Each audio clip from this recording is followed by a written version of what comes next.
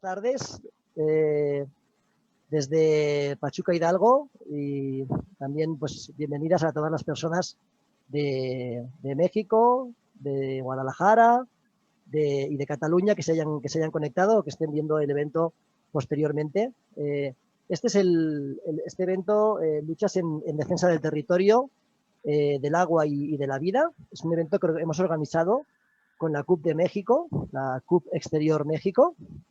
La CUP es una organización anticapitalista, feminista, ecologista, antirracista e independentista, pues que está luchando desde hace muchos años. Tiene en realidad pues prácticamente 40 años de existencia. Es más bien de base municipalista y de militancia en los movimientos sociales, pero desde el año 2012, debido a la situación de excepcionalidad en la que estamos viviendo en el país, decidió también tener una presencia electoral a través de estas candidaturas de Unidad Popular, donde pues estamos las personas, sean militantes de partidos o de manera independiente, que estamos a favor de esta transformación radical de la sociedad y de esta transformación desde el anticapitalismo, el feminismo, el ecologismo y el antifascismo, ¿no? Entonces, desde 2012 están habiendo estas candidaturas a las elecciones autonómicas con bastante éxito.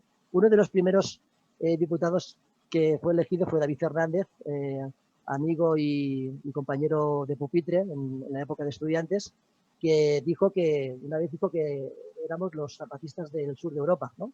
Entonces, de alguna manera, para ubicarnos al público de México, quien es la CUP, ¿no? Pues sería más o menos esto, ¿no?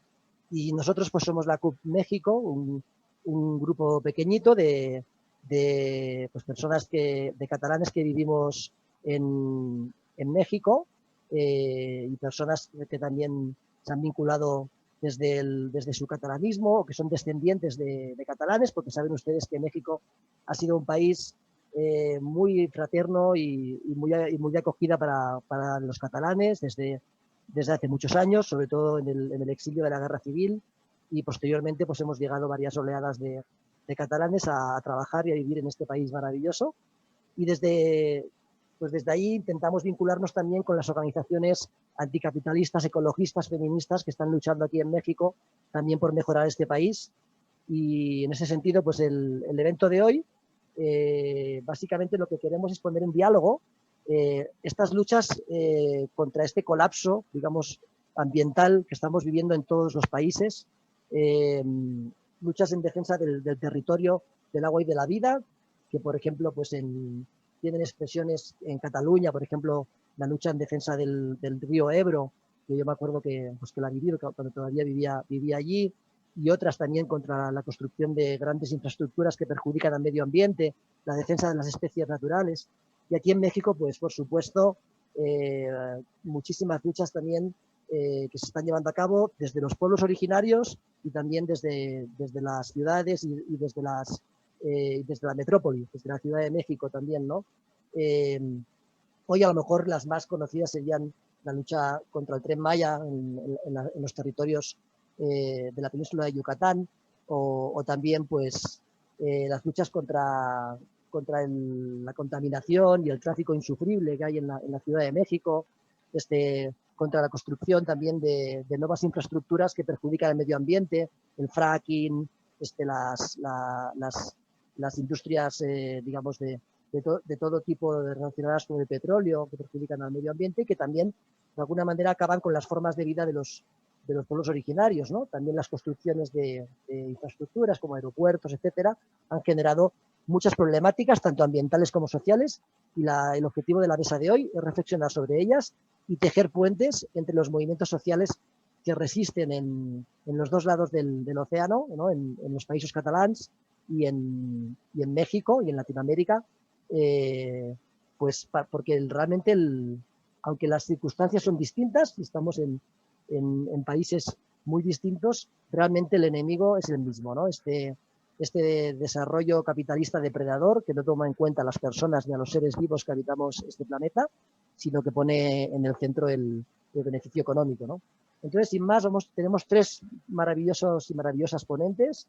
Los voy a presentar en el orden de intervención, ¿no? Entonces, tenemos a Maquiel Sánchez, a Leslie Solís y a Marc Cerdà, pero empezaremos por Maquiel Sánchez Quirós, nacido en el año 84, maestro en estudios latinoamericanos por la UNAM, donde actualmente también cursa el doctorado, y es una persona pues, que se ha destacado por su activismo ecologista, sobre todo a partir de la organización Jóvenes ante la Emergencia Nacional, y que también en el momento, digamos, de transformación que vive el país, está integrando la nueva constituyente ciudadana popular. Entonces, sin más preámbulos, le damos la palabra y le agradecemos mucho la presencia a Matías Sánchez Quirós. Hola, saludos a todas, a todos.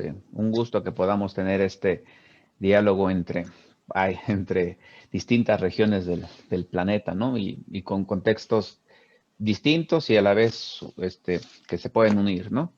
Yo voy a hacer, intentando respetar los tiempos, voy a intentar buscar una manera un poco, bueno, particular de compartir esto a la luz de la lucha que hemos tenido como GEN, como constituyente, pero también un esfuerzo que lamentablemente ahora no está vivo, pero que muchos de nosotros estuvimos construyendo, que fue la Asamblea Nacional de Afectados Ambientales en México, y otro proceso local que de la primera década de los 2000 nos tocó enfrentar aquí en Morelos, que fueron el Frente de Pueblos en Defensa de la Tierra, Agua y Aire de Morelos, y luego también el Consejo de Pueblos de Morelos, ¿no? Cuento desde ahí e intento darle un enfoque que pensando cómo puede unirse con la experiencia de la Cuba allá, ¿no? Primero, habría que insistir que el problema en México no viene solo de lo que se le ha llamado el neoliberalismo, ¿no? Y para no irnos tan lejos a los 500 años de invasión, etcétera, por lo menos sí tendríamos que ubicar que de los años 40 para acá ha habido lo que un economista, José Luis Eseña, llamó la subordinación total o de México metido en la órbita imperial de Estados Unidos, ¿no?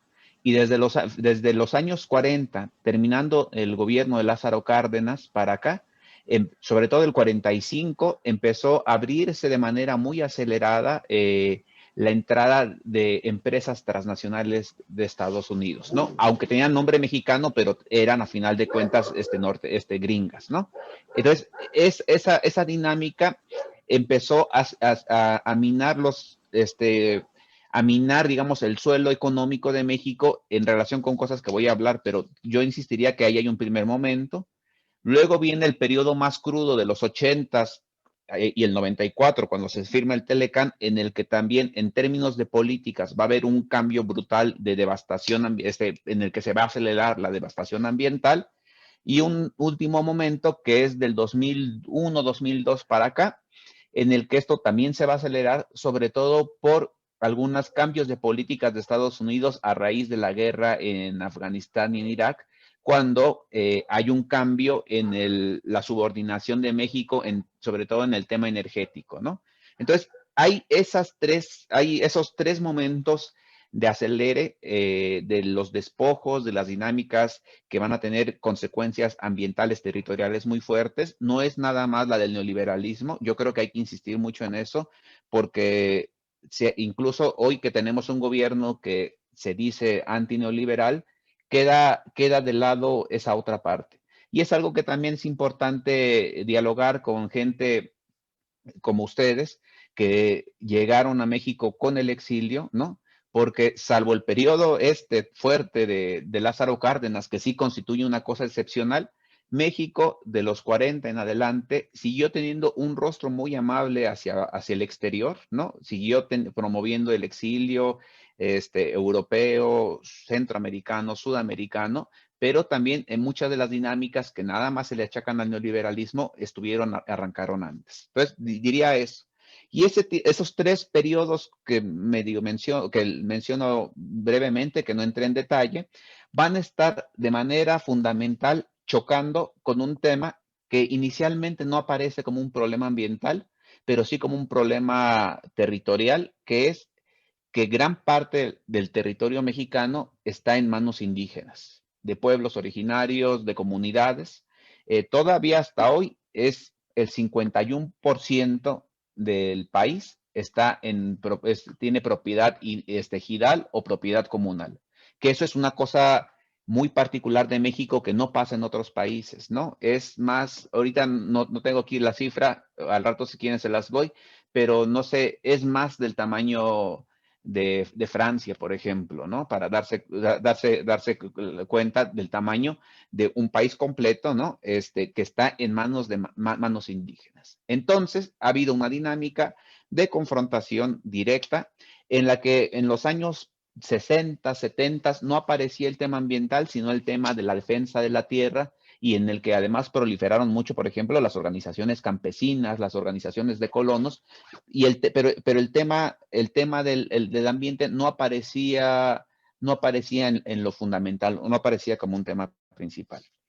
Va a ser sobre todo ya entrado los 80s, cuando sí ya una política de devastación ambiental más deliberada empieza a topar con distintos, digamos, empieza a tener ciertas afectaciones en las que el tema ecológico, ambiental, va a tener mayor fuerza.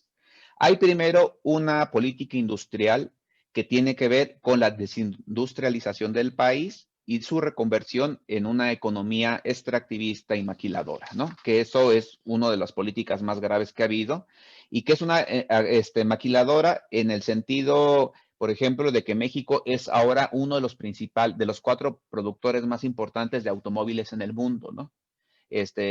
No solo eso, también de la industria espacial, de la industria aeronáutica, es fundamental México en esto, ¿no? Y esto se debe a ese cambio que vino desde los años 80. Otro también es un cambio en la política comercial. México, siendo un gran potencial por la densidad de población que tiene, se hizo un cambio en la política comercial en la que todo el tipo de mercado local se fue destruyendo hasta ahora, ¿no?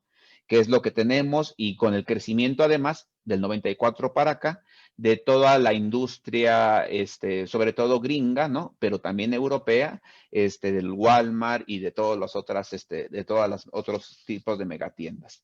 También hay una política territorial que tiene que ver con la gran concentración en las periferias de las ciudades. Hay 3 grandes megalópolis en México que van a generar un montón de problemas ambientales, ¿no? Una es la del Valle de México, la corona de las ciudades, México, Puebla, Pachuca, Morelos, bueno, Cuautla, Cuernavaca, Toluca, Querétaro, que es una corona de ciudades que solitas alcanzan casi 50 millones de personas, ¿no? Si las ponemos alrededor. Casi, o sea, es como más de 1/3 de la población en México está en esta parte. Otra corona de ciudades es la que está alrededor de Guadalajara, ¿no?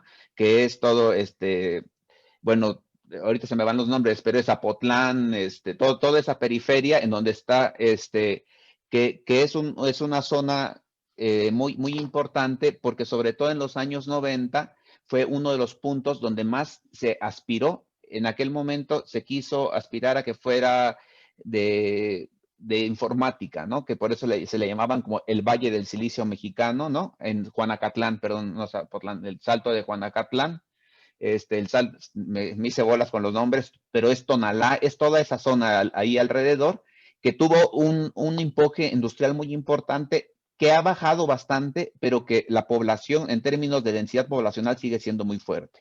Y la otra gran, que es la segunda más grande, es la que está en Monterrey, alrededor de Monterrey, que incluye también varias ciudades de Coahuila, ¿no? Por ejemplo. Son esos 3 núcleos que han crecido, y hay otra política ligada a lo territorial, que es también la de poblar las fronteras, o de densificar la población de las fronteras con Estados Unidos, sobre todo la de Tijuana, la de Mexicali, la de Juárez y todas las otras 2, 3 ciudades grandes que hay en Tamaulipas, ¿no? Que son lugares importantes para la industria maquiladora. Estos 3 lugares tienen, pero esas 3 coronas de ciudades y toda la parte fronteriza, lo que va a tener en común es que son zonas en donde se va a traer población rural de otras partes del país a que las pueble, que las densifique, digamos, y que entonces también haya una política demográfica de sobrepoblación para tener mano de obra más barata, lo que se le dice tener un ejército de industrial de reserva más grande, Y también, digamos, despoblar el campo. Porque hay otro tema, que hay una política rural en la que siendo México más de la 50%, teniendo México más del 50% de su territorio en manos indígenas, necesitan expulsar a la gente campesina de esos lugares. Esa política territorial necesitan expulsarlos, se recortaron los apoyos al campo en México, la gente tiene que vender sus tierras, se tiene que ir del lugar, se va a engrosar las filas del Ejército Industrial de Reserva en las ciudades, o en Estados Unidos, que es otra parte de la migración mexicana muy importante, y entonces se queda abandonado el campo. Y el campo abandonado o el campo en desuso va a tener distintas funciones, pero una de ellas va a ser la agroindustria. Ha crecido brutalmente en México la agroindustria y todos los problemas de tóxicos y demás, por ejemplo, en Michoacán con el aguacate, pero también entre Jalisco y Michoacán en el tema de las berries, de todas las frutillas de exportación,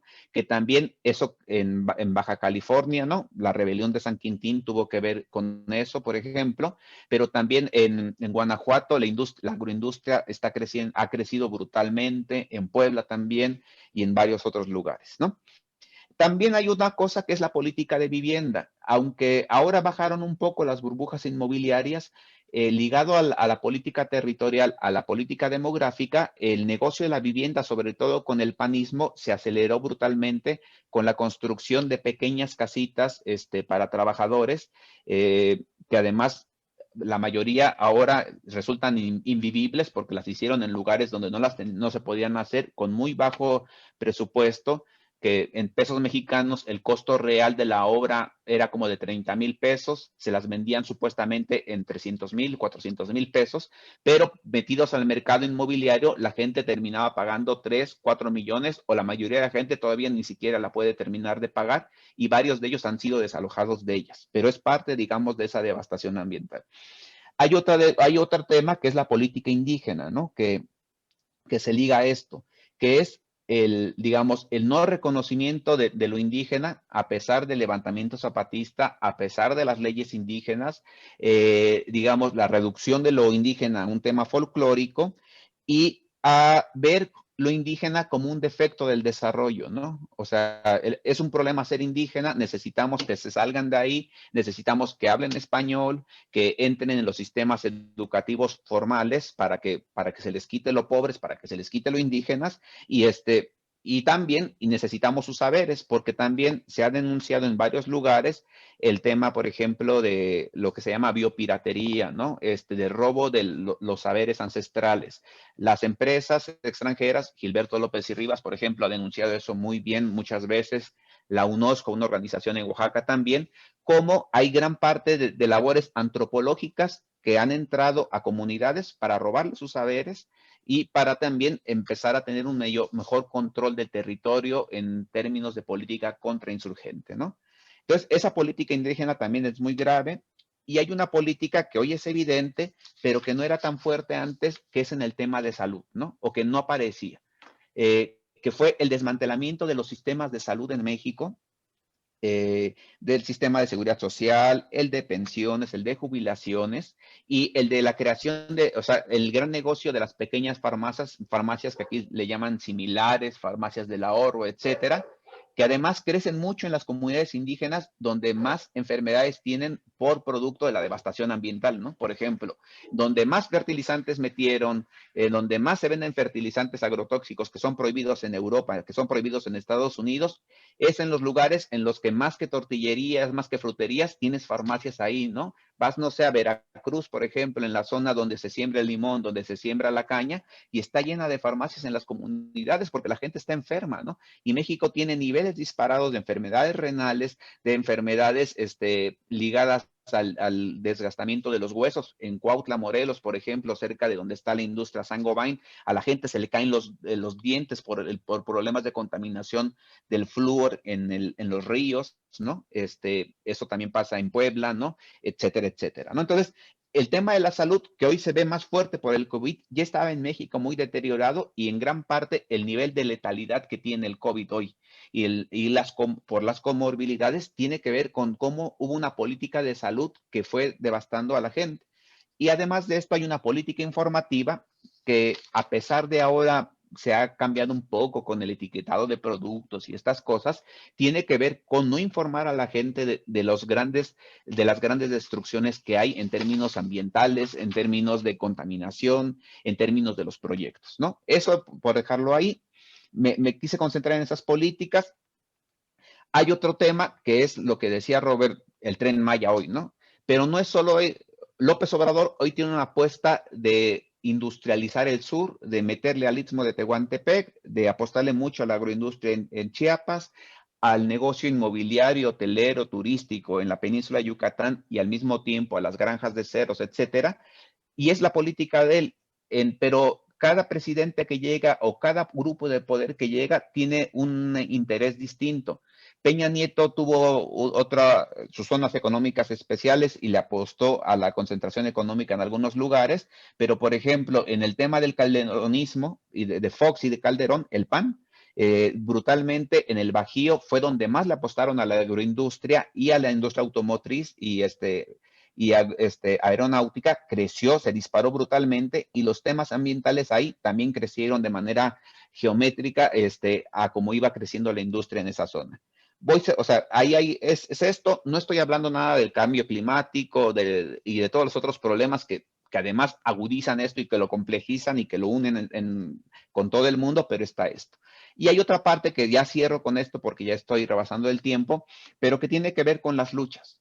En México hay una gran tradición de luchas, ustedes la han de saber, un fuerte núcleo campesino que por la expulsión también se ha extendido a otros lugares, a colonias populares, ¿no? O sea, la lucha urbana en México muchas veces tiene una dinámica indígena, popular, comunitaria muy parecida a la que tenía en el campo, y ha habido esa resistencia de manera muy fuerte. Los últimos 30, 40 años han sido muy fuertes. Se ha complejizado pero también se ha desgastado esta lucha por la presencia del narcotráfico en los lugares, que termina siendo un mecanismo también de control poblacional. Y también hay otra dinámica que yo nada más la planteo aquí como un problema, que son el desplazamiento del sujeto político de las comunidades y de los líderes comunitarios por las ONGs.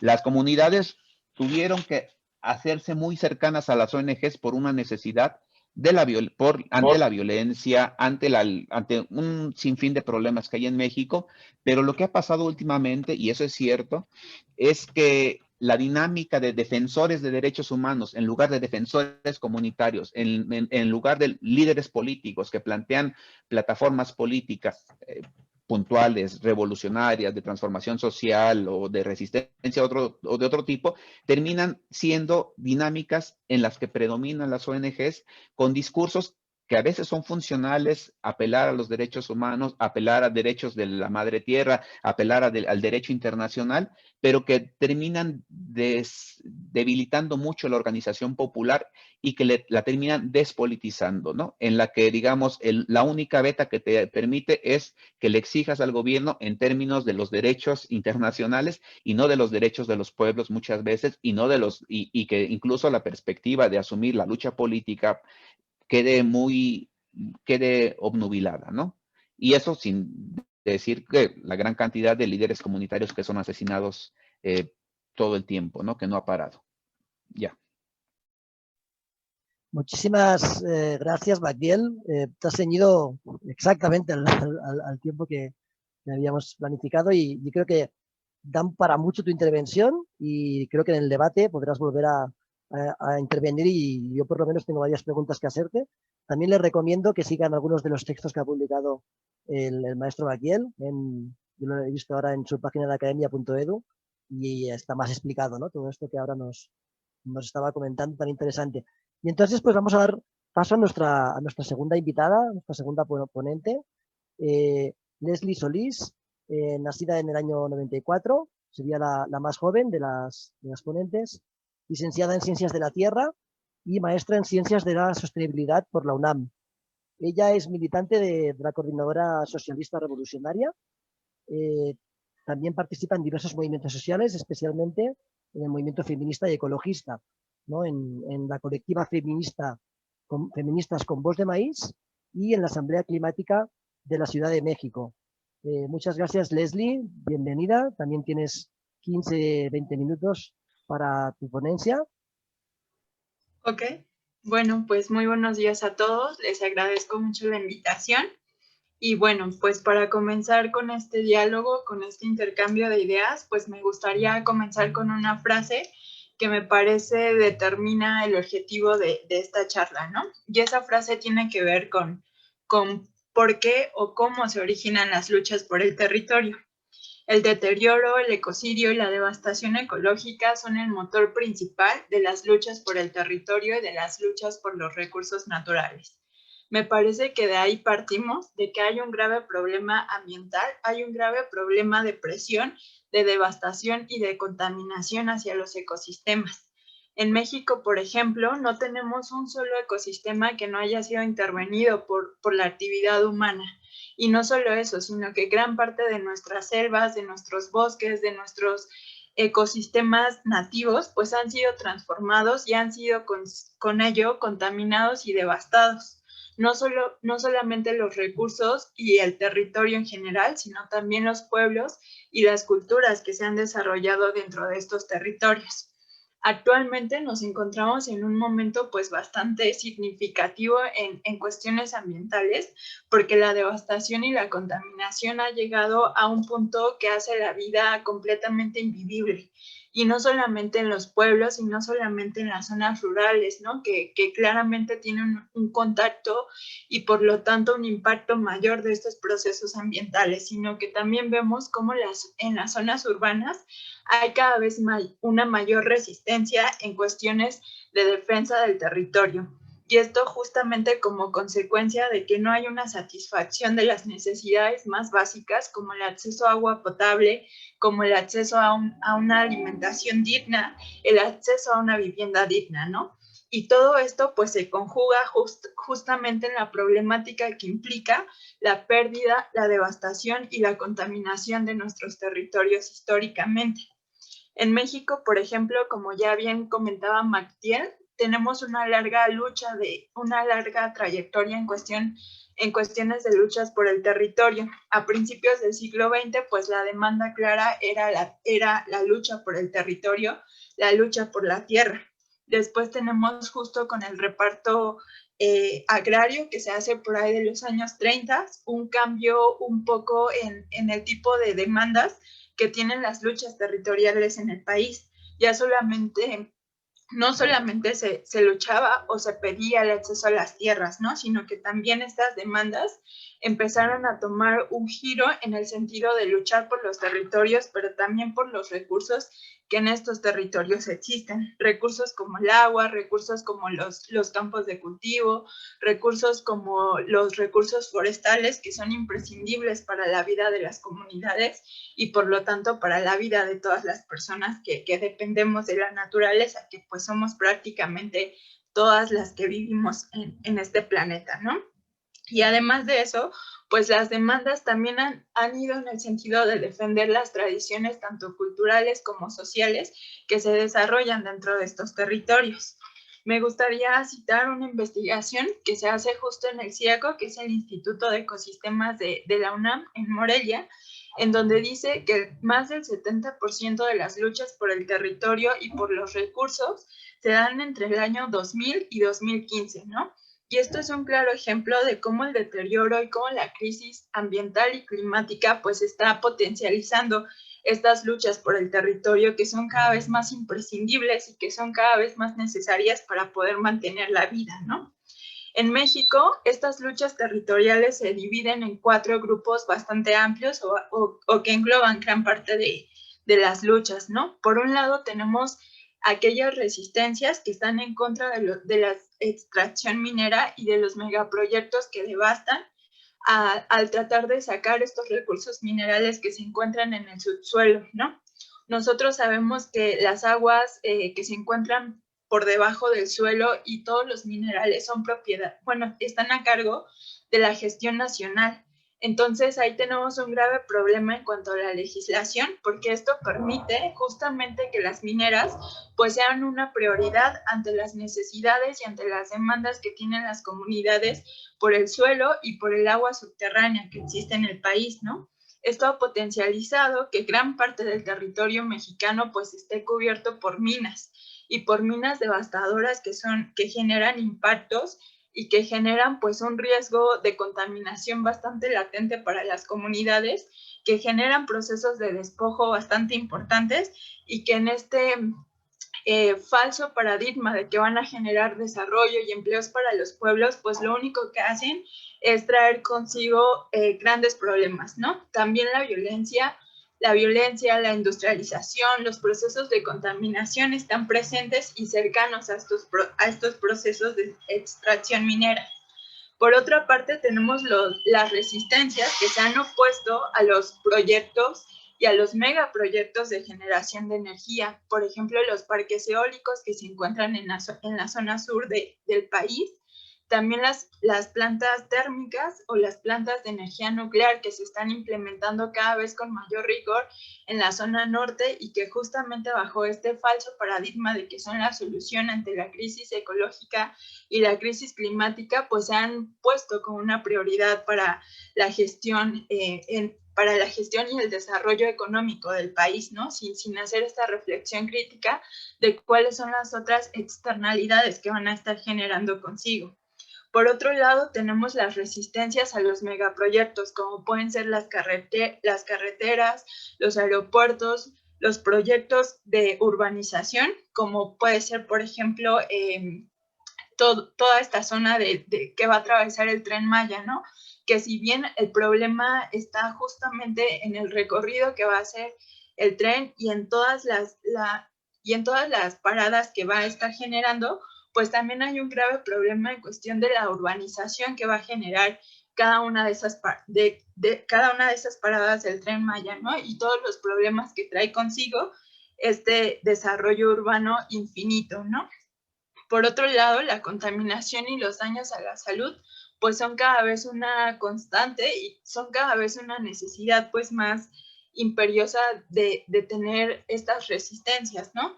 En las ciudades, por ejemplo, la Ciudad de México, la Ciudad de Monterrey o la Ciudad de Guadalajara, que son de las más urbanizadas del país, los grados de contaminación en metales pesados que a la vez afectan las vías respiratorias de las personas que vivimos en estas ciudades, pues son cada vez más preocupantes, ¿no?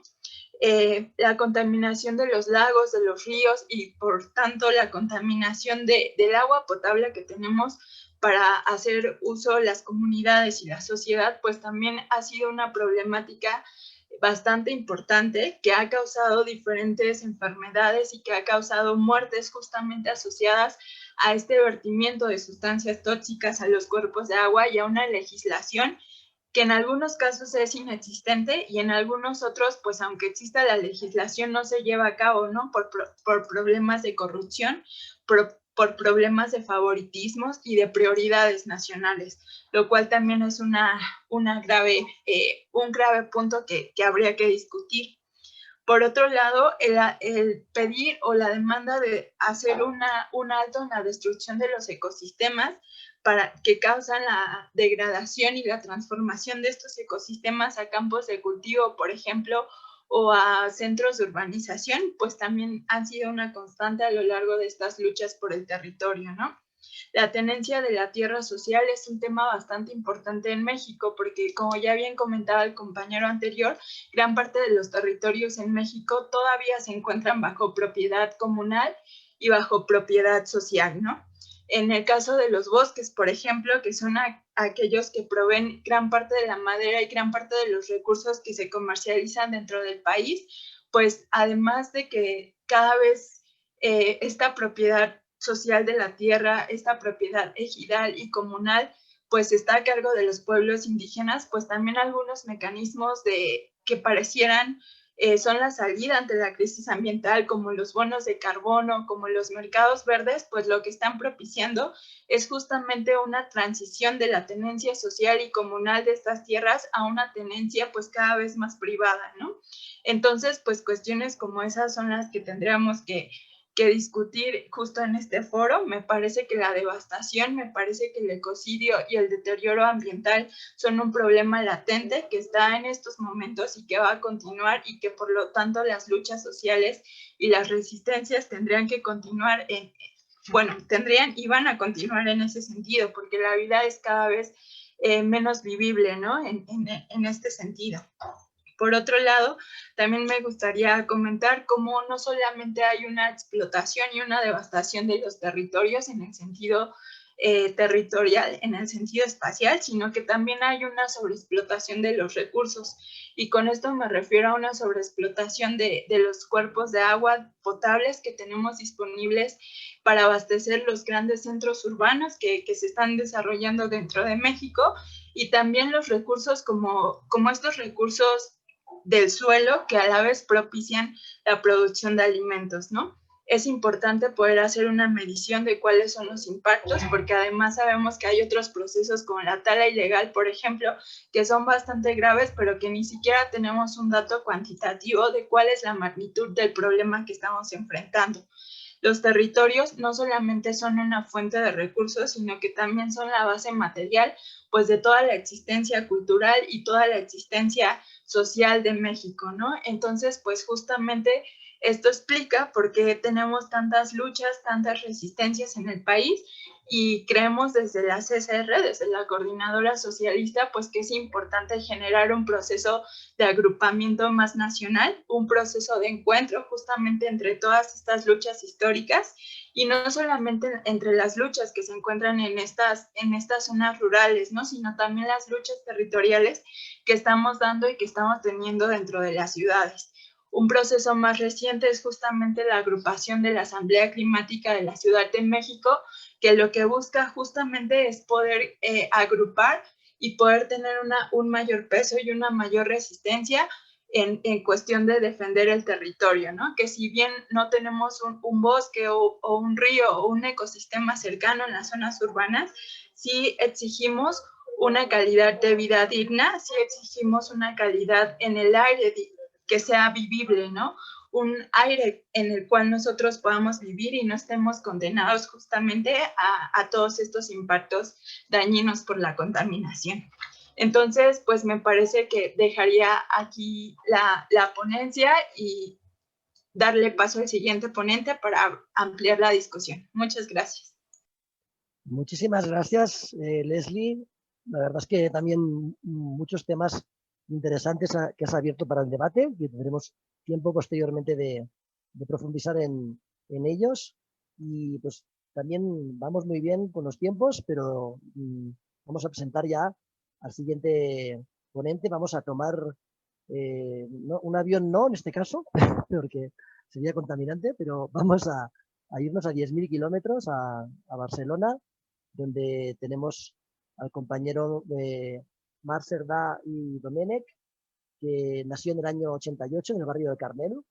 Es vecino de Congrés y Els Indians, licenciado en Ciencias Ambientales, doctor en Geociencias Marinas por la Universidad de Barcelona, y que es militante de la candidatura de Unidad Popular, de la CUP, y activista ecologista. Ha coordinado el Grupo de Trabajo Nacional de Territorio de la CUP y es miembro del Observatorio Crítico del Cambio Climático. Ha estado vinculado al movimiento estudiantil universitario y a varias plataformas ecologistas por la justicia climática, la calidad del aire y contra la construcción de nuevas terminales de cruceros en Barcelona. Ha colaborado activamente en la tramitación parlamentaria de la Ley de Cambio Climático y la Ley de Puertos y Transporte Marítimo, entre otros, y hoy es candidato de la CUP Un Nou Cicle per Guanyar a las elecciones catalanas que se celebrarán el domingo 14, y esperemos desde la CUP México que tengamos un buen resultado, a pesar de que las han convocado en medio de la pandemia, en el pico más alto.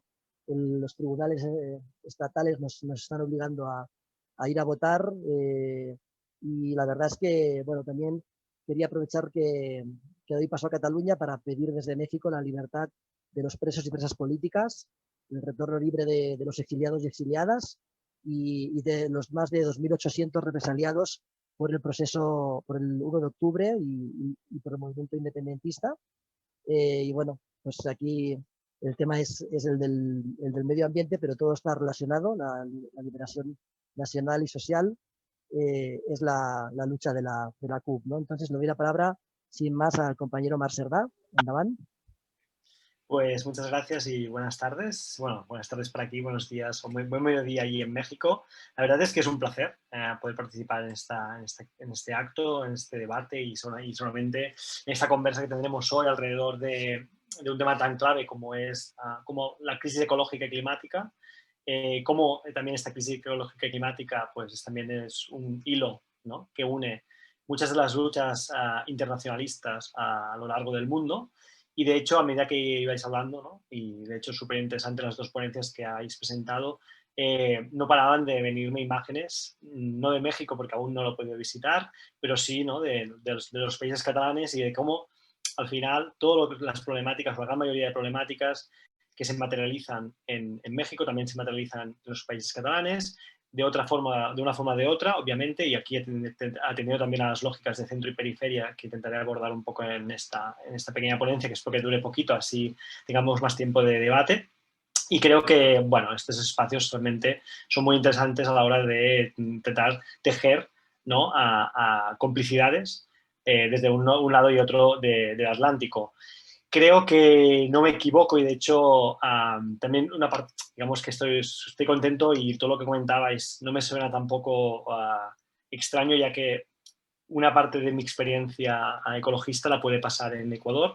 Estuve un año allí y la verdad es que una de las grandes aprendizajes que tuve, de hecho, fue en las comunidades indígenas. Entonces eso también me ayuda a veces, ¿no?, a entender muchas cosas y también a poder abordar de alguna u otra manera cuál tiene que ser, ¿no?, nuestra propuesta ecosocialista para cambiar, ¿no?, el actual modelo socioproductivo capitalista y que nos está directamente conduciendo a lo que es, a lo que me gusta decir, ¿no?, al final, que es un abismo socioecológico. En ese sentido, si tuviera que hacer es difícil y es muy complejo y la verdad hay muchos temas a tratar, aún así, si tuviera que hacer como una pequeña radiografía, cartografía de las grandes problemáticas ecosociales que afrontamos como en nuestros países catalanes, pues seguramente tendría que iniciar, y podríamos ir muy atrás, ¿no?, pero seguramente tenemos que iniciar nuestro recorrido en lo que fue el franquismo y sobre todo el franquismo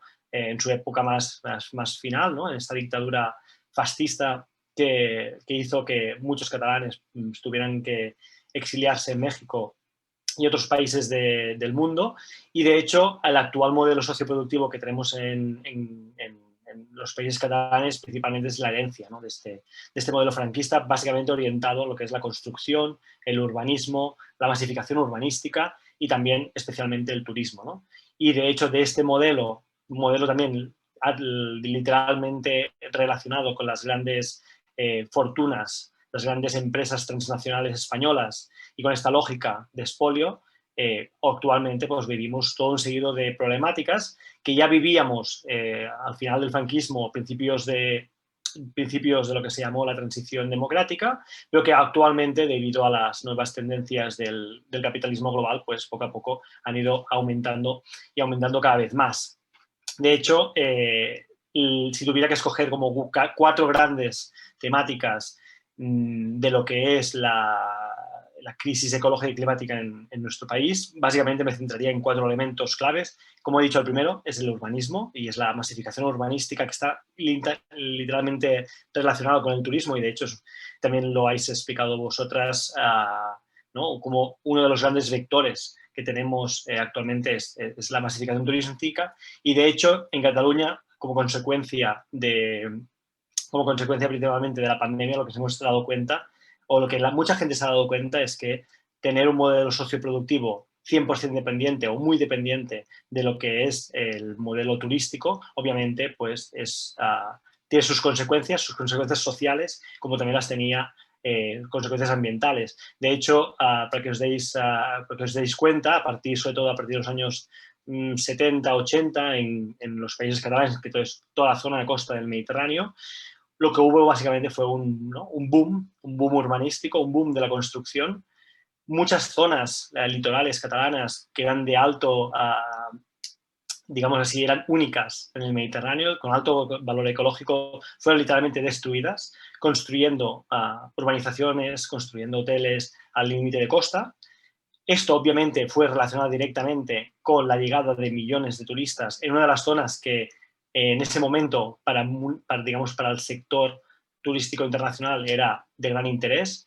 Y como hemos visto, al final el turismo y el sector del turismo masivo y las grandes transnacionales turísticas son como una plaga, ¿no? Una plaga que una vez se come un territorio, cuando devastan un territorio y ya no pueden extraer nada más de ese territorio, se van trasladando hacia otros territorios. En el caso del Mediterráneo es un ejemplo muy, muy característico. De hecho, actualmente, hasta el año 2019, lo que observábamos era que llegando al límite de colapso turístico de lo que es la Mediterránea occidental, una gran parte de estas empresas turísticas lo que hacen es trasladarse a lo que es el norte de África, ¿no? La parte mediterránea de África. Entonces, reproduciendo las mismas lógicas de explotación, de destrucción de la costa, de la superurbanización del litoral y obviamente con todo el impacto relacionado con ello, ¿no? Ya tanto de pérdidas de biodiversidad, pérdidas de hábitat, pero también los aspectos sociales que no hay que olvidarles, como es la precarización laboral, es la precarización de las trabajadoras, sueldos mínimos, condiciones laborales pésimas. Y obviamente, y de hecho un ejemplo que también nos gusta mucho utilizar es que siempre nos habían dicho, ¿no? en los países catalanes, que el turismo era dinero, que era riqueza, que era, ¿no?, avance, pero de hecho siempre ha sido para nosotras pobreza y desigualdad y precariedad. Y de hecho, para que os deis cuenta, los dos grandes municipios que tenemos en Cataluña, digamos turísticos, ¿no?, que son Salou y Lloret, son los dos municipios con las rentas casi más bajas de todo el país. De hecho, un 30 y un 40% de rentas por cápita menores que lo que es la media catalana, lo que quiere decir claramente la pobreza va literalmente relacionada con este modelo turístico predominante y que viendo y participando en algunos debates que he podido participar esta campaña electoral, lo que nos hemos dado cuenta es que la gran mayoría de partidos, para no decirlos todos, que se presentan a la escala de la campaña electoral, tienen por objetivo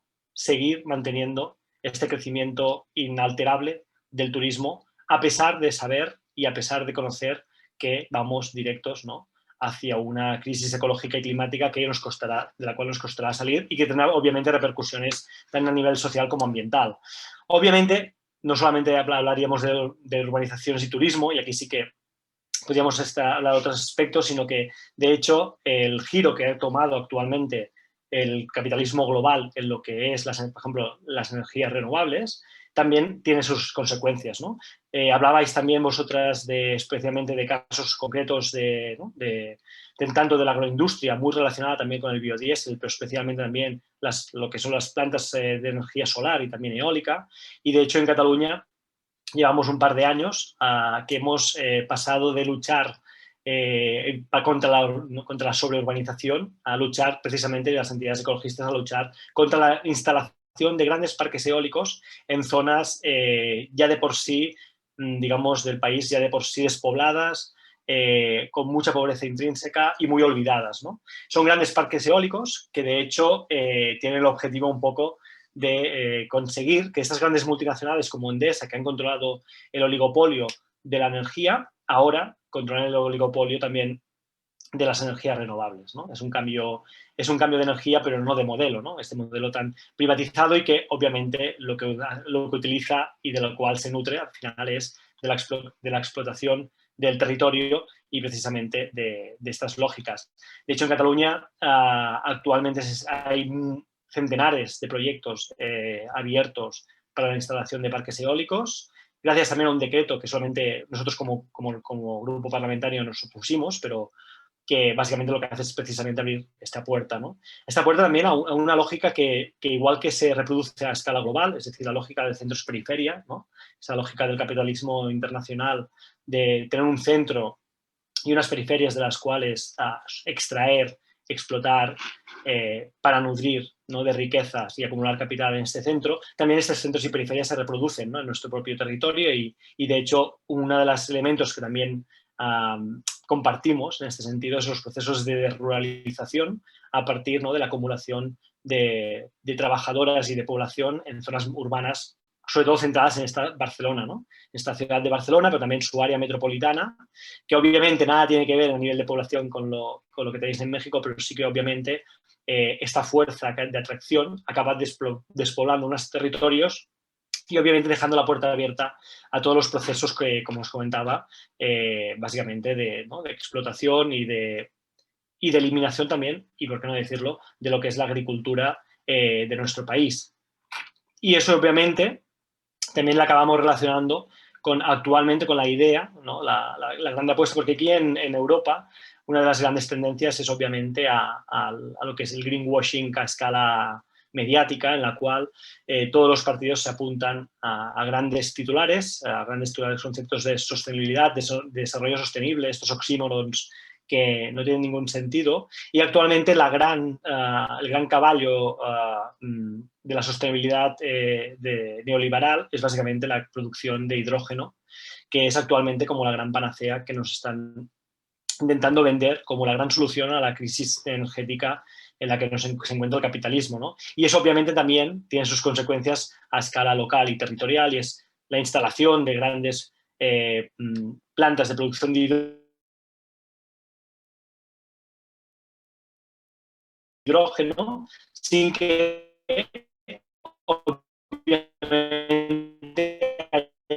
alrededor toda una infraestructura desarrollada. Por lo tanto, al final es simplemente una sobredimensionada. Estoy perdiendo conexión, ¿no? Diría que he perdido conexión. ¿Sí? Sí, pero, vale. pero Sí, veo. Adelante. Sí, vale, si veis que pierdo mucho, intento cambiar de lugar de la casa. Vale, entonces, para no alargarme mucho tampoco, uno de los elementos añadidos a este modelo en el cual vivimos es precisamente también lo que es el modelo de movilidad y lo que genera un modelo de movilidad basado o fundamentado en el transporte privado, ¿no? En Cataluña actualmente hay mucha movilización alrededor de esta cuestión, principalmente porque en Barcelona diferentes estudios han demostrado que, en primer lugar, que los niveles de contaminación de la ciudad superan los permitidos por ley, pero también los recomendados por la Organización Mundial de la Salud. Y obviamente todo esto tiene consecuencias sobre la salud de las vecinas de la ciudad. Y de hecho, cada año, y esto es un dato que no sé cómo aún muchos gobernantes no han dimitido, ¿no?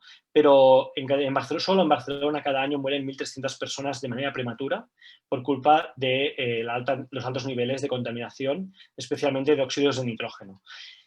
Obviamente, estas muertes prematuras se le tiene que añadir pues, todo lo que implica un nivel de contaminación elevado, tanto sea de óxidos de nitrógeno como de partículas finas, y aquí podríamos relacionarlo, obviamente, con metales, por ejemplo, y es que todos los problemas de salud que se derivan, especialmente respiratorios y cardiovasculares, pero también un elemento importante, ¿no? Y el hecho de que el motivo por el cual muchas escuelas, institutos y padres y madres han empezado a cortar calles es que es la afectación de la contaminación a lo que son a niños y niñas y sobre todo ¿no? todas las personas en proceso de crecimiento. Entonces, actualmente una gran parte del movimiento ecologista, que muchas veces no se autollama ecologista, pero como diría Alier, es el ecologismo de los pobres, es precisamente esta lógica llega a un punto en que ya no es una cuestión de ser ecologista, es una cuestión de salud, es una cuestión de supervivencia, es una cuestión de que cada vez que respiramos en nuestra ciudad nos dejamos un poco de vida, ¿no? Es en este sentido que hay mucha organización actualmente alrededor de lo que es una movilidad centrada en el transporte público, no contaminante, pero también una movilidad que llegue, o un transporte público que llegue a todos los sitios, ¿no? Como decía, esta lógica de centro-periferia, también situado en los países catalanes, provoca que en el centro del área metropolitana de Barcelona podamos tener disponibilidad, aunque insuficiente y cara, de transporte público, pero hay muchas regiones de nuestro territorio, como por ejemplo los Pirineos, en los cuales obviamente hay muchos pueblos que no llega ningún tipo de transporte público y eso genera al final que muchas de las personas tengan que estar obligadas y ser dependientes de una industria automovilística y por lo tanto de disponer de coche, ¿no? Obviamente también a partir de las movilizaciones que hubieron sobre todo ¿no? hace ya casi un año de jóvenes en lucha contra la emergencia o digamos respondiendo a la emergencia climática, también Cataluña estuvo en ese sentido, pues tuvo su papel con mucha movilización internacional, pero también mucha movilización local de juventud que empezó a movilizarse y a organizarse a partir de este elemento.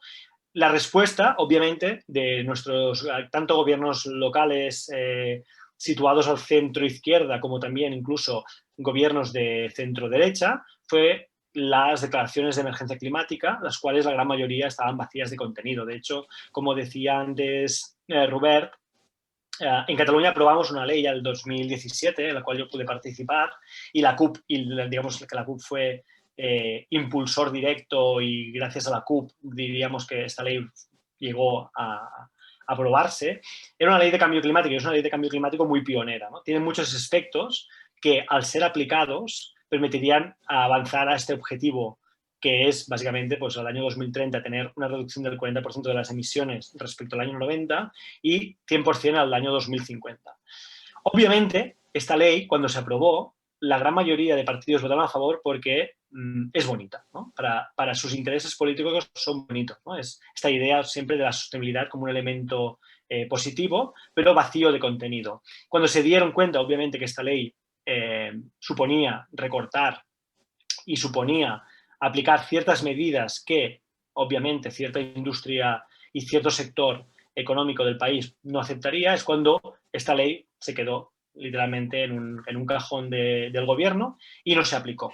Y, de hecho, actualmente, aunque parezca poco revolucionario, una de nuestras propuestas es precisamente aplicar una ley que creemos que es principalmente revolucionaria. De hecho, ahora, ¿no? Creo que la pandemia y el confinamiento que vivimos aquí en Cataluña durante 3 meses totalmente hizo un cambio, ¿no? Hizo un giro totalmente en lo que es la perspectiva de las cosas. Pensábamos en ese momento, irónicamente y seguramente de manera infantil, que alguna cosa podría cambiar, pero es cierto.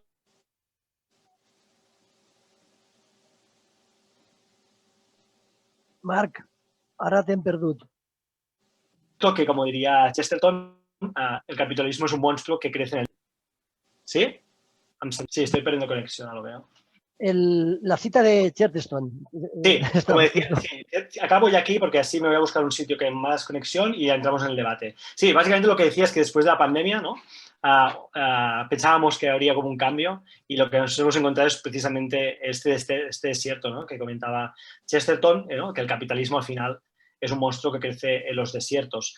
En ese sentido, creemos, y por eso la CUP presenta, y acabo ya, presenta una propuesta de transición, o un programa muy detallado de transición ecosocial, una propuesta que va mucho más lejos, ¿no? de las clásicas ideas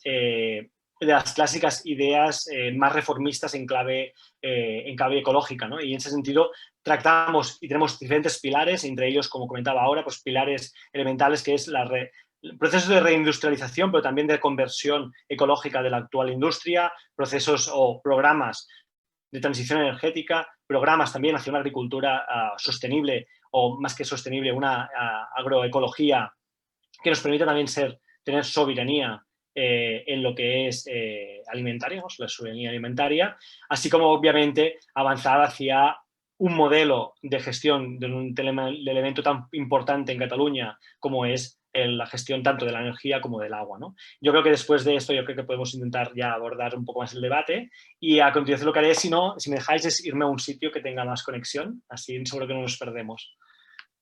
Vale, muchas gracias. Muchas gracias, Marc. La verdad es que también muchísimas cosas, porque claro, en tan poco tiempo es muy difícil resumir pues todos los desafíos que afrontan los países catalanes ante la cuestión ambiental, ¿no? Pues vamos a pasar al debate. La dinámica va a ser, aparte de los ponentes hay 15 personas más, entonces les pido que sean breves. Pueden levantar la mano mediante el propio... Mira, José María, ya te anoto a ti primero, pero los demás, si quieren, se pueden anotar levantando la mano así, como he hecho yo. Ven aquí en las reacciones y yo les voy anotando. De todas maneras, vamos a iniciar con José María Muria. Adelante, José María. ¿Se me oye bien? ¿Se me oye bien? Sí, gracias. Perfecto, sí, adelante. Bueno, primero quiero, aunque sea una fórmula de cortesía muchas veces, esta vez lo digo en serio, estoy contento de haber estado oyéndolos a ustedes. Ha sido una experiencia sumamente rica. De todas maneras, saco una conclusión, no lo tomen a mal, pero a mí también me ha costado un poco de trabajo aprenderlo. Estamos todavía acostumbrados a hablar para reuniones presenciales en los cuales el dinamismo es diferente. Deberíamos de aprender a ser un poquito más específicos y quizá tratar menos temas y hablar menos ratos. En ese sentido, me permito felicitar a Leslie, que fue la más parca y la más precisa de los tres. Lo que no quiere decir que las participaciones de los otros dos sean deleznables, ni mucho menos. Han sido muy ricas, pero quizá hubiéramos podido apuntar a objetivos un poquito más concretos. Magdiel, tu trabajo verdaderamente me alienta. Veo que la UNAM todavía es capaz de producir elementos comprometidos con la sociedad, porque me ha tocado muchos colegas tuyos que no lo están tanto. Bien.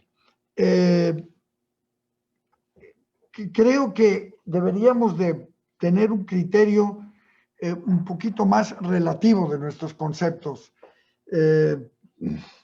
Las cosas a veces no son blanco y negro, ni son tan definidas. Decir que el 51% del país está en manos indígenas, me gustaría que entonces entráramos en una discusión de qué entiendes por la palabra indígena. Porque, en fin, el Instituto Nacional de Antropología entiende una cosa, el indigenista entiende otra, etcétera.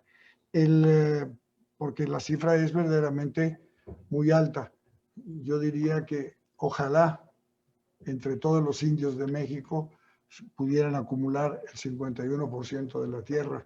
Es muchísimo menos, desgraciadamente, a la que han tenido acceso. ¿Por qué? Porque han sufrido un proceso de expolio que comenzó, bueno, pues en 1521 o en el año que les dé a ustedes la gana. Bien. Por otro lado, insisto que este concepto relativo deberíamos de tomarlo en cuenta, por ejemplo, también para hablar del neoliberalismo. El liberalismo no empieza un día, no es una caja de cartón en que se esté dentro o fuera de él. El neoliberalismo es, como todas estas cuestiones, es una tendencia que se infiltra en mayor o menor intensidad en muy diferentes situaciones.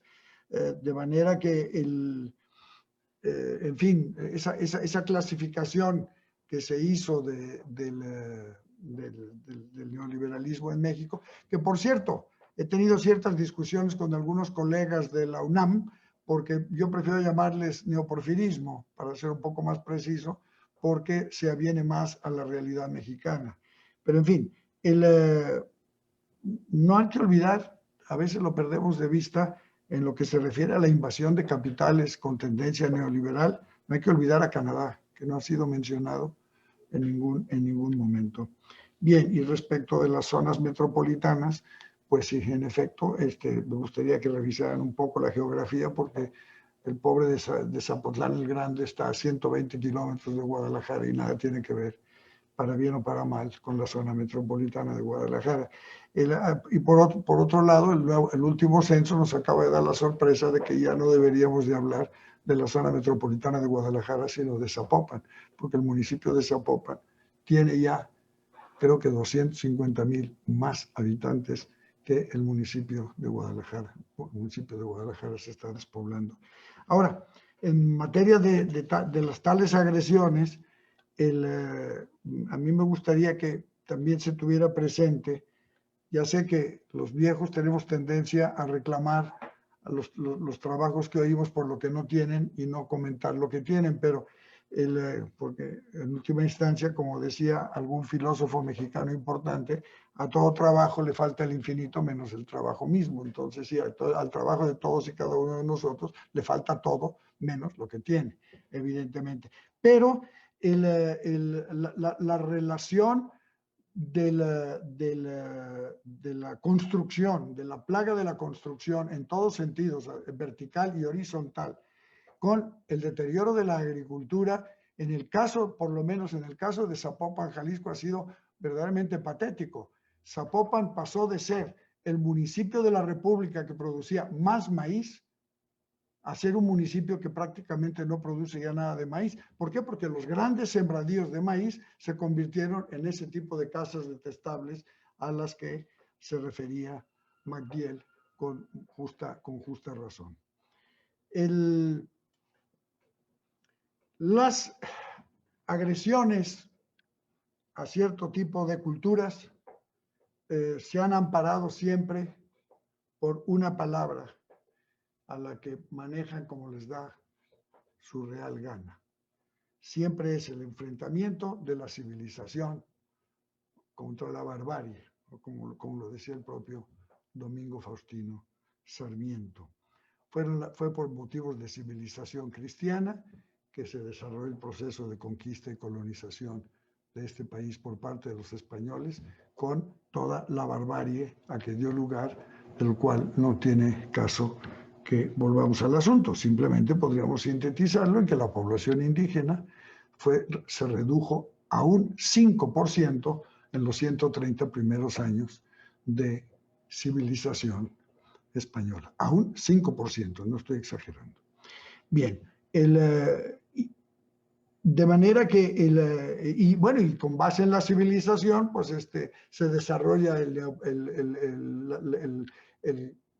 neoliberalismo, ese liberalismo descarriado durante el porfiriato, y con base en la civilización se están haciendo todas estas barbaries, que no empezaron tal día, se han venido produciendo con mayor o menor intensidad, pero evidentemente sí me gustan las perspectivas que ha planteado MacDill.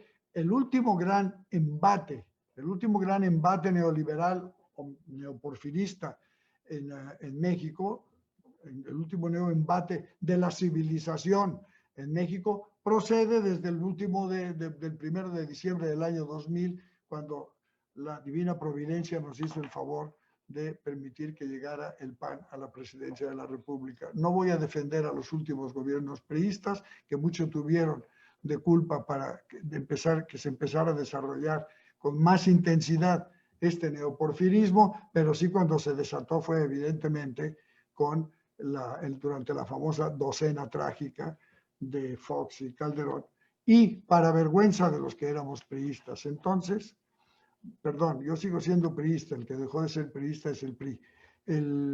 Para vergüenza del priismo de entonces, el gobierno de Peña Nieto, que yo creo que resultó lo peor, de lo peor, de lo peor en este sentido. Bien, pero José María, puedes ir cerrando un poco porque es que hay más... Ya cierro. Gracias. Lo que sí es importante en este caso es que no se piense que esto es todo o nada, ¿no? Tanto el neoporfirismo, el neoliberalismo, lo que se quiera, es algo que va en dosis, puede aumentar o disminuir, y es algo de lo cual tampoco nos podemos desprender de un trancazo. Lo digo porque en el proceso de la cuarta transformación están cometiéndose muchas barbaridades, pero quizá algunas son imposibles de evitar. ¿Por qué? Porque todo es un poco relativo. La historia es finalmente un proceso relativo. Pues muchas gracias, José María, por tu intervención. Creo que hay alguna pregunta planteada a MacDill, pero en este momento no está. De todas maneras, estoy hablando a ver si se puede volver a incorporar, pero vamos a dar la palabra a Eduardo Martell. Cuando os dé la palabra, también si queréis os podéis presentar. Adelante, Eduardo. Muchas gracias, Dunti Hamadí. Muchas gracias a todos y a todas los ponentes. Es una experiencia muy enriquecedora poder dialogar a ambos lados del Atlántico, especialmente pues cruzados como con estas identidades culturales, ¿no? Yo quiero rescatar 3 cosas y voy a hacer 2 preguntas, son para las 3 personas, de hecho. Primero, de la ponencia de MacDill, me parece que al final señaló un elemento muy interesante a nivel estratégico, táctico, que es la importancia que han empezado a tener las organizaciones no gubernamentales, ahora organizaciones de la sociedad civil, como gestoras de los derechos de los pueblos y hasta qué punto hablan por los pueblos o hablan desde los pueblos. Creo que eso es un ejercicio muy interesante que tiene su especificidad dentro de toda la tradición anticapitalista que existe en México, ¿no? Y ahora retomo al final.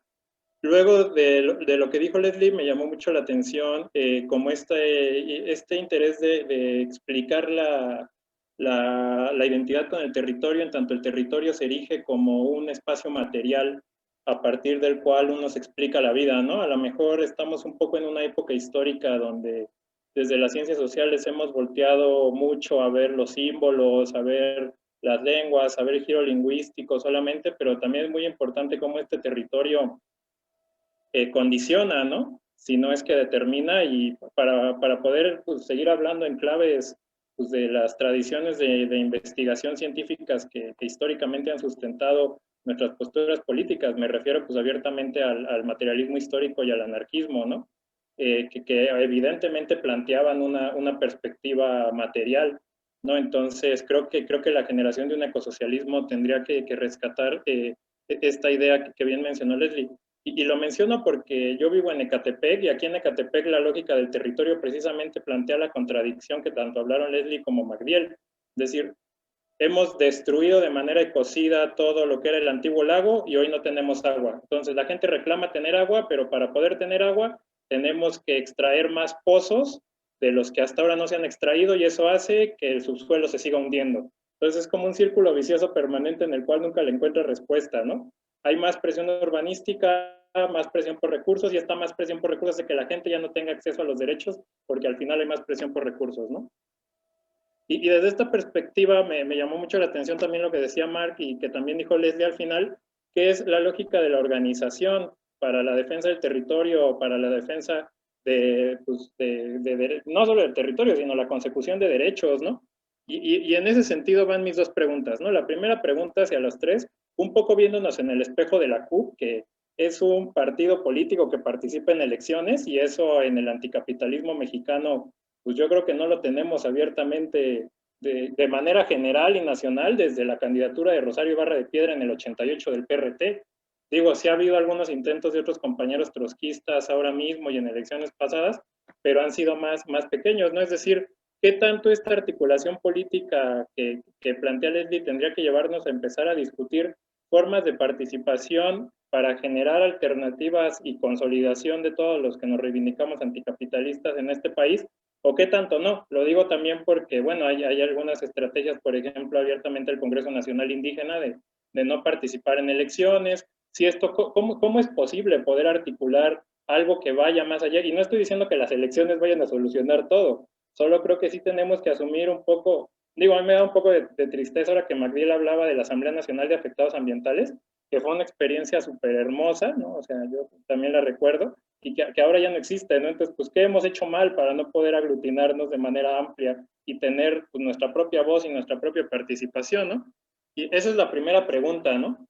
Y la segunda pregunta sería, ¿cómo combinar esta lógica de la defensa del territorio con defensas también de identidades culturales diferentes, ¿no?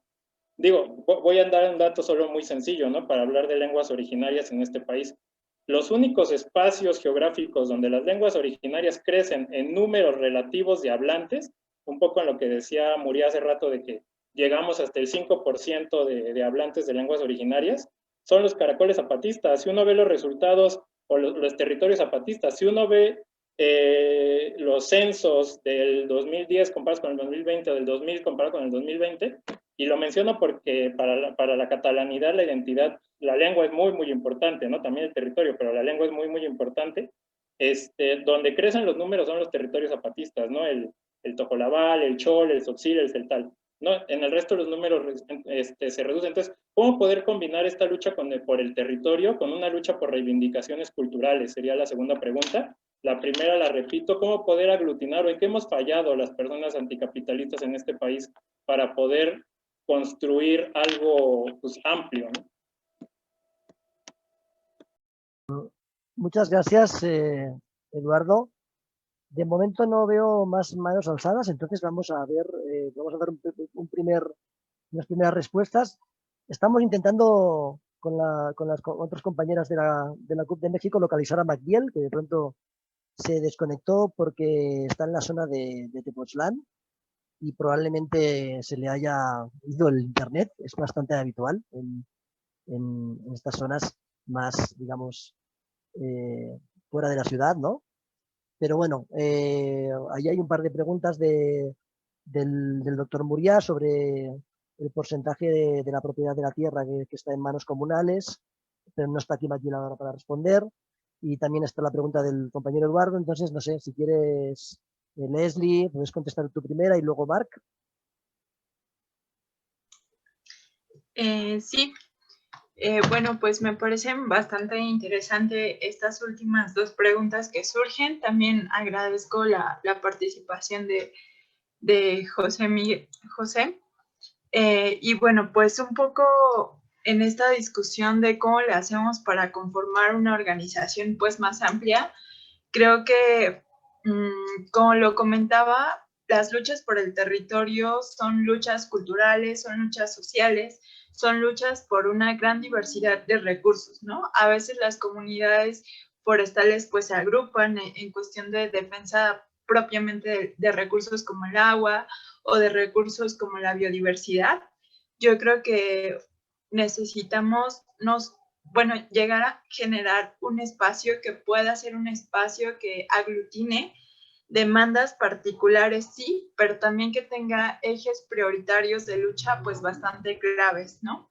Bastante definidos. Por ejemplo, en algunos procesos en los que he podido participar en esta cuestión, como puede ser, por ejemplo, el tema del clima, o el movimiento de Fridays for Future, que es igual un movimiento internacional que ha conglomerado una gran cantidad de personas. Yo creo que el hecho de poder tener pilares tan claves, demandas tan claves como la defensa de algo que compartimos todas estas luchas y que tendría que ser como la defensa de la vida tal cual, pueden ser un importante paso justamente para fortalecer estos procesos, ¿no? En México también ha pasado mucho que hay resistencias que se han hecho a nivel regional y que han tenido resultados positivos, por ejemplo, que han logrado frenar presas hidroeléctricas o megaproyectos como el Tren Maya, pero justamente después de que este proceso es detenido, como que se para ahí la organización social y ha sido difícil continuar este proceso de construcción. Entonces, pues justamente poder llegar a demandas más generales, más globales por el territorio, me parece que es una tarea importante, que a pesar de que hay muchas particularidades en las luchas por el territorio, compartimos una misma lucha, ¿no? Que es justamente el defender la vida y el defender estos recursos que propician una vida vivible. Respecto a la cuestión de cómo le hacemos para defender o para conjuntar esta lucha por el territorio y esta lucha cultural, pues me parece que en principio justamente hay que abrirnos a otras posibilidades de cómo estamos entendiendo el problema, ¿no? No solamente estamos teniendo una sobreexplotación, una contaminación y una degradación de los ecosistemas, sino pues también de todas estas formas de organización social y de los procesos culturales que con ellas vienen, ¿no? Entonces, pues justamente apostar por un modelo globalizado, por un modelo que ya vimos que es contradictorio entre sí, por un modelo que intenta crecer al infinito, pues me parece que es justamente hacer eso, ¿no? Una degradación del territorio, de los recursos y también de nosotros como seres vivos y como seres vivos y como seres sociales y culturales. Yo creo que es importante que este tipo de ideas, este tipo de demandas, pues puedan bajar no solamente a las comunidades que están resistiendo, sino también al tipo de investigación y al tipo de planteamientos teóricos que estamos haciendo desde la academia, ¿no? Entonces, eso me parece fundamental. Otra cuestión que me gustaría comentar es que respecto a cuáles son estas formas de participación o de aglutinamiento, pues si bien sabemos que hay que dar una lucha local, territorial por cada uno de estos megaproyectos, por cada una de estas comunidades que están siendo afectadas, pues también creemos que eso no es suficiente, ¿no? Ejemplo de eso, pues justamente han sido los territorios zapatistas, que si bien son territorios sustentables, sostenibles, que son capaces de generar y de abastecer sus necesidades pues más básicas en cuestiones de agua, de alimentación, de una vivienda digna, pues también ha sido difícil poder transitar a que eso sea replicable en otras comunidades, ¿no? Entendiendo el contexto social y político de México en el que nos encontramos. Entonces, pues hay que hacer, creemos, desde acciones muy locales, como es justamente la defensa de estos territorios, hasta poder generar lazos con otras luchas y con otras organizaciones. Me parece que lo dejaría hasta acá y doy la palabra al siguiente ponente. Gracias, Leslie. Marc. Sí, gracias. También gracias a Eduardo, ¿no? y a José María, ¿no? ¿Qué es? Vale, bueno, básicamente, a ver, respondiendo a la primera pregunta, yo creo que desde el punto de vista de la candidatura de Unidad Popular, o sea, de nuestra organización, y pues básicamente para, más que ejemplo, ponerlo nuestra experiencia, ¿no? sobre la mesa. Es obvio que y en relación con la primera pregunta, es obvio que, bueno, la CUP al final nace de una propuesta de que es de municipalista, que es de base y que no nace ahora, sino que nace justamente ya en las primeras elecciones, teóricamente llamémoslas democráticas, en el Estado español. Por tanto, es una propuesta desde el independentismo revolucionario y es una propuesta que empieza ya hace mucho, mucho tiempo. También es verdad, por eso, que entendemos que nuestra organización, o la CUP, en este sentido, que es una respuesta desde las izquierdas revolucionarias, independentistas, y por tanto una respuesta o una alternativa electoral, parte también de un elemento que es fundamental, que no es solamente una organización, sino que hay detrás todo un movimiento con diferentes organizaciones que al final constituyen lo que entendemos que es el movimiento de liberación catalán o la izquierda independentista. Entonces, en este sentido, la CUP acaba siendo un elemento más de nuestra lucha. Y obviamente la CUP no existiría si no existirían los movimientos sociales, los movimientos de base, que son los que nutren al final tanto nuestros objetivos, ¿no? Son los elementos que nos permiten trazar estos objetivos políticos, como también obviamente pues, esta lucha y estos argumentos que nosotros podemos intentar trasladar. Por eso siempre decimos que nosotros tenemos un pie en la calle y un pie en la institución, porque al final no somos más que esa correa de transmisión de los movimientos sociales, de los movimientos ecologistas desde las calles a estas instituciones. De hecho, como comentábamos al principio, cuando la CUP entra en el que es el Parlamento catalán, se produce una revolución, ¿no? De lo que es ese propio Parlamento, de las formas de funcionar de la política catalana, muy chapadas en ese momento, digamos así, a la antigua y a los clásicos roles y clásicos sistemas de control y las mismas jerarquías que siempre habían gobernado durante 20, 30 años el país. Y es en ese momento donde también todo empieza a girar. Obviamente, la irrupción de la CUP en el Parlamento viene dado después de tener centenares de candidaturas en municipios, obviamente después de tener todo un seguido de movimientos alrededor de nuestra propia organización que refuerzan la propuesta política revolucionaria de la CUP y obviamente repetir esa idea, ¿no? De que al final la CUP existe porque existen los movimientos populares, porque existe la movilización en las calles y en defensa, en este caso, cuando hablamos del territorio.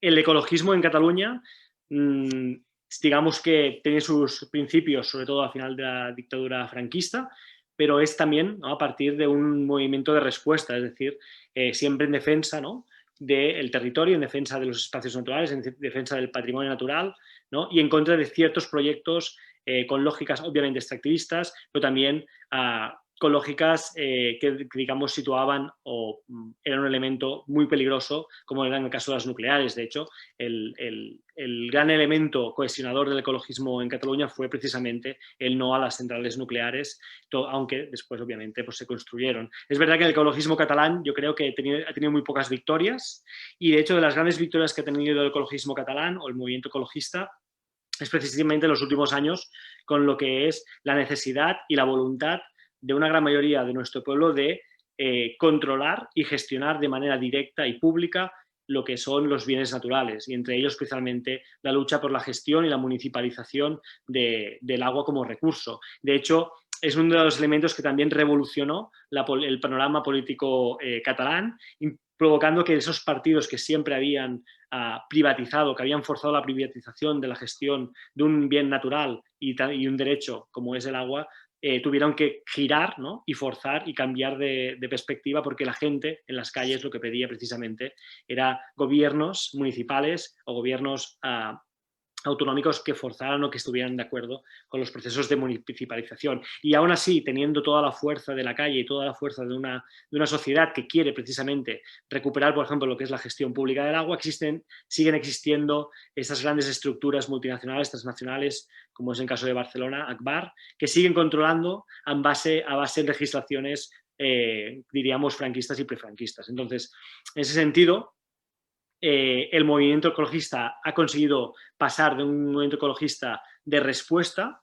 un movimiento de respuesta a agresiones concretas, a pasar a un movimiento de propuestas, ¿no? Por tanto, de esa respuesta directa a una agresión, a una propuesta política, mucho más allá incluso de lo que son las siglas políticas. Es decir, que actualmente, por ejemplo, en Cataluña el movimiento climático, el movimiento ecologista, incluso el movimiento de conservación, las redes de conservación de la natura, hacen propuestas de transición ecosocial, que es que si las leyéramos sin saber quién las escribe, podríamos pensar que lo hacen organizaciones revolucionarias, porque obviamente el paso que hay detrás es el paso de entender que ya no hay posibilidad de transformar el capitalismo. El capitalismo es un sistema irreformable también desde el punto de vista ecológico y, por lo tanto, muchas organizaciones que antes no lo eran, ahora se han vuelto anticapitalistas, aunque muchas veces no lo digan, ¿no?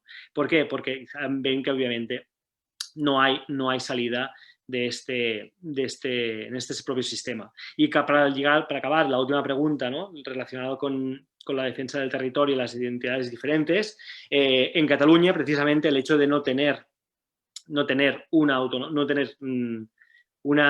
autogobierno real, no tener un Estado propio, actualmente la lengua catalana está poco a poco, está en menor uso, ¿no? Poco a poco vemos las estadísticas, vemos que el catalán cada vez se utiliza menos, las nuevas generaciones de jóvenes la utilizan menos y también esto se relaciona directamente con el imperialismo de la lengua castellana o del español concretamente, sobre todo en redes sociales y sobre todo en espacios como YouTube, etcétera, que eso obviamente acaba forzando una pérdida del uso de la lengua y que obviamente eso nos acaba afectando también, obviamente, como país, y por eso también es uno de los grandes elementos, ¿no? El hecho de no poder disponer de un Estado detrás que sea capaz de garantizar la preexistencia y la resistencia de una lengua como el catalán, pero no solamente el catalán, sino otra lengua que tenemos en nuestro país, que es el aranés, que también está precisamente en retroceso, ¿no? Muchísimas gracias a los dos. No sé si alguna de las personas que todavía no ha intervenido tiene alguna pregunta o cuestión hacia los ponentes. Bueno, decirles que el compañero Magdiel pues no está localizable, ni siquiera tiene línea telefónica. Estamos llamando y nos sale el contestador.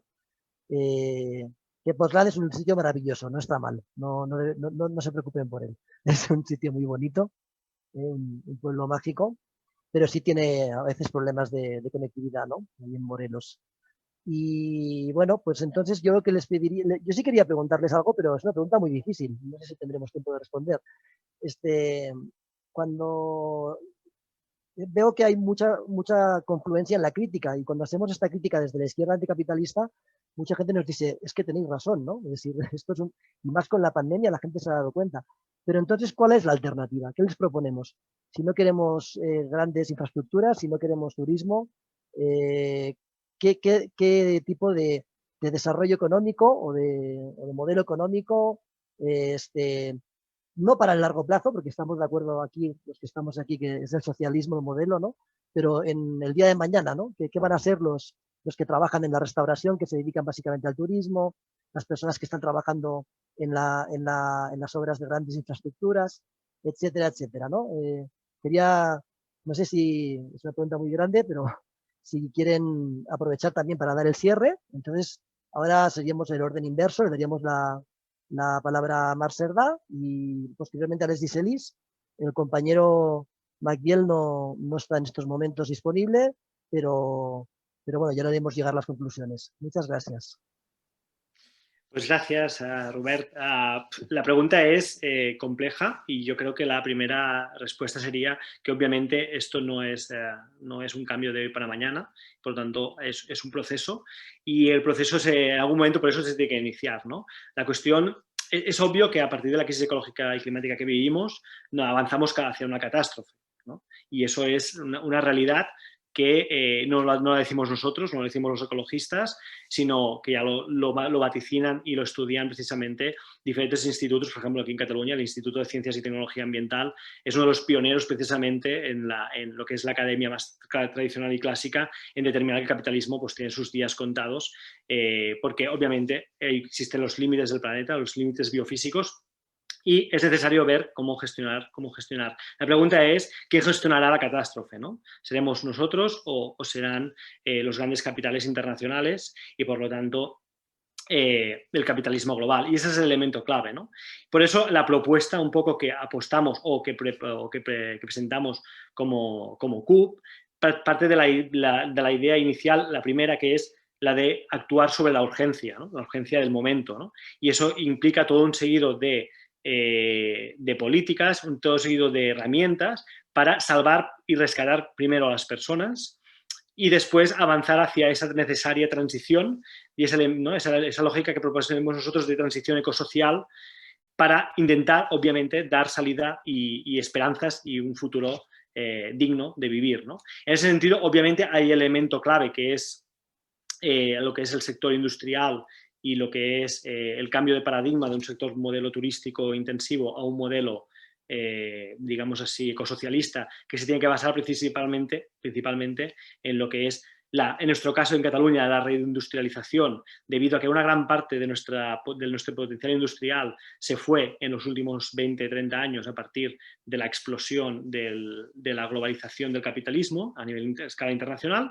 Eso ha mermado, ¿no? Ha reducido significativamente el tejido productivo del país, pero obviamente la reindustrialización no puede estar descoordinada de lo que es un proceso hacia una transición ecológica, y por ese motivo el principal parámetro en el cual tenemos que trabajar mucho más y presentar propuestas es precisamente en un proceso de reindustrialización desde una perspectiva ecológica y social, ¿no? Desde una perspectiva de garantizar esas condiciones materiales de vida que sean dignas, pero también en equilibrio con los ecosistemas, en equilibrio con el planeta y obviamente en contra o intentando evitar por todas pues los efectos del cambio climático y etcétera, ¿no? A partir de aquí, obviamente, hay todo un seguido de elementos que también creemos que son bastante interesantes e importantes de avanzar, no solamente en lo que es el aspecto industrial, sino también, por ejemplo, en el aspecto agrícola y de la soberanía alimentaria, ¿no? Y a partir de aquí, obviamente, salen todo un seguido de elementos, como el que comentaba inicialmente, ¿no? Procesos de desruralización en Cataluña, que cada vez tenemos menos población dedicada al sector primario, y eso es uno de los elementos clave. Si queremos disponer de recursos alimentarios a kilómetro cero, para decirlo así, ser capaces de tener soberanía alimentaria, es fundamental tener un sector primario potente, y obviamente esto tiene que ir también íntimamente relacionado con un proceso de implementación a gran escala, digamos así, de la agroecología como elemento fundamental de esta transición. Y si nos vamos un poquito más para adelante, como yo comentaba antes, dos propuestas claves, ¿no? Que es el control y nacionalización de los sectores energéticos de nuestro país, porque entendemos que obviamente la energía es un derecho, el acceso a la energía es un derecho y no puede estar en manos de empresas privadas que precisamente hace un mes, diría ya, cuando hubo una ola de frío en España, pues aumentaron las tarifas eléctricas, provocando obviamente, que muchas personas sufrieran para poderlas pagar esas facturas, y dos, consiguieron enriquecer mucho más sus arcas, las arcas de estas grandes empresas como por ejemplo Endesa, ¿no? Por tanto, la nacionalización de sectores clave como es la energía, como es el agua, pero también los transportes. Obviamente necesitamos que las personas se puedan desplazar y no depender precisamente de un modelo tan contaminante y tan dependiente de las grandes multinacionales, este clave del sector automovilístico,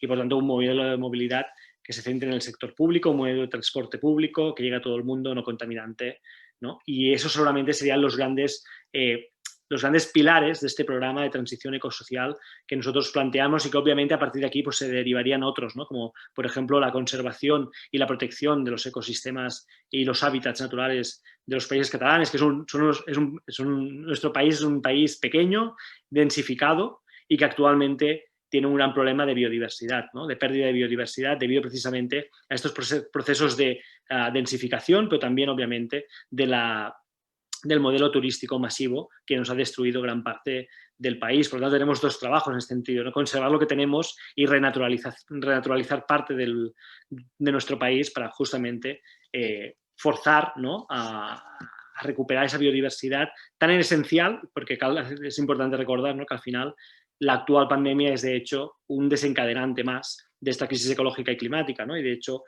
la pandemia al final es ese eslabón que venía después de destruir ecosistemas y de perder biodiversidad a escala internacional. Moltes gràcies, Marc. Entonces, ahí ha levantado la mano Alejandro Loa. No sé si tienen alguna pregunta o también es alguna persona de jóvenes ante la emergencia nacional, ante la emergencia climática. Alejandro. ¿Qué tal, Roberto? Es un par de preguntas las que tengo. Pues sí, adelante, vamos a dar paso a estas preguntas porque todavía hay tiempo, pero ya luego iríamos al cierre con Leslie. Adelante, Alejandro. Gracias. Bueno, me gustaría poner un pequeño contexto. Por un lado, el presidente de México, Andrés Manuel, hace poco tuvo una declaración muy desafortunada al referirse de que la crisis del coronavirus y la crisis económica mundial que se está viviendo venía como anillo al dedo. Pero independientemente de esa mala expresión, ¿no? Me gustaría mucho retomar y preguntar a las personas que nos acompañan desde España acerca de cómo es que se vislumbra en España, puntualmente en sus localidades o en las urbes, que es donde me llama más la atención conocer la experiencia de este momento de confinamiento y los procesos ecológicos, ¿no? En el caso de México, puntualmente en la Ciudad de México, he identificado que parte de las comunidades, por lo menos yo vivo en la Ciudad de México, en la zona surponiente, se invirtió mucho en infraestructura como de las mismas casas, ¿no? Justo como que este confinamiento llevó a eso, y me atrevo a decir que también ha habido un auge en la producción de sus propios alimentos. Me refiero a cuestiones muy sencillas, ¿no? Jitomates, chiles, cebolla. Entonces, me gustaría saber si allá conocen o vivieron en sus urbes alguna especie de fenómeno semejante, ¿no? Algo un poco más testimonial, conocer cómo es que se vive, y obviamente desde un enfoque de orden socialista, ¿no? O marxista, digámoslo así.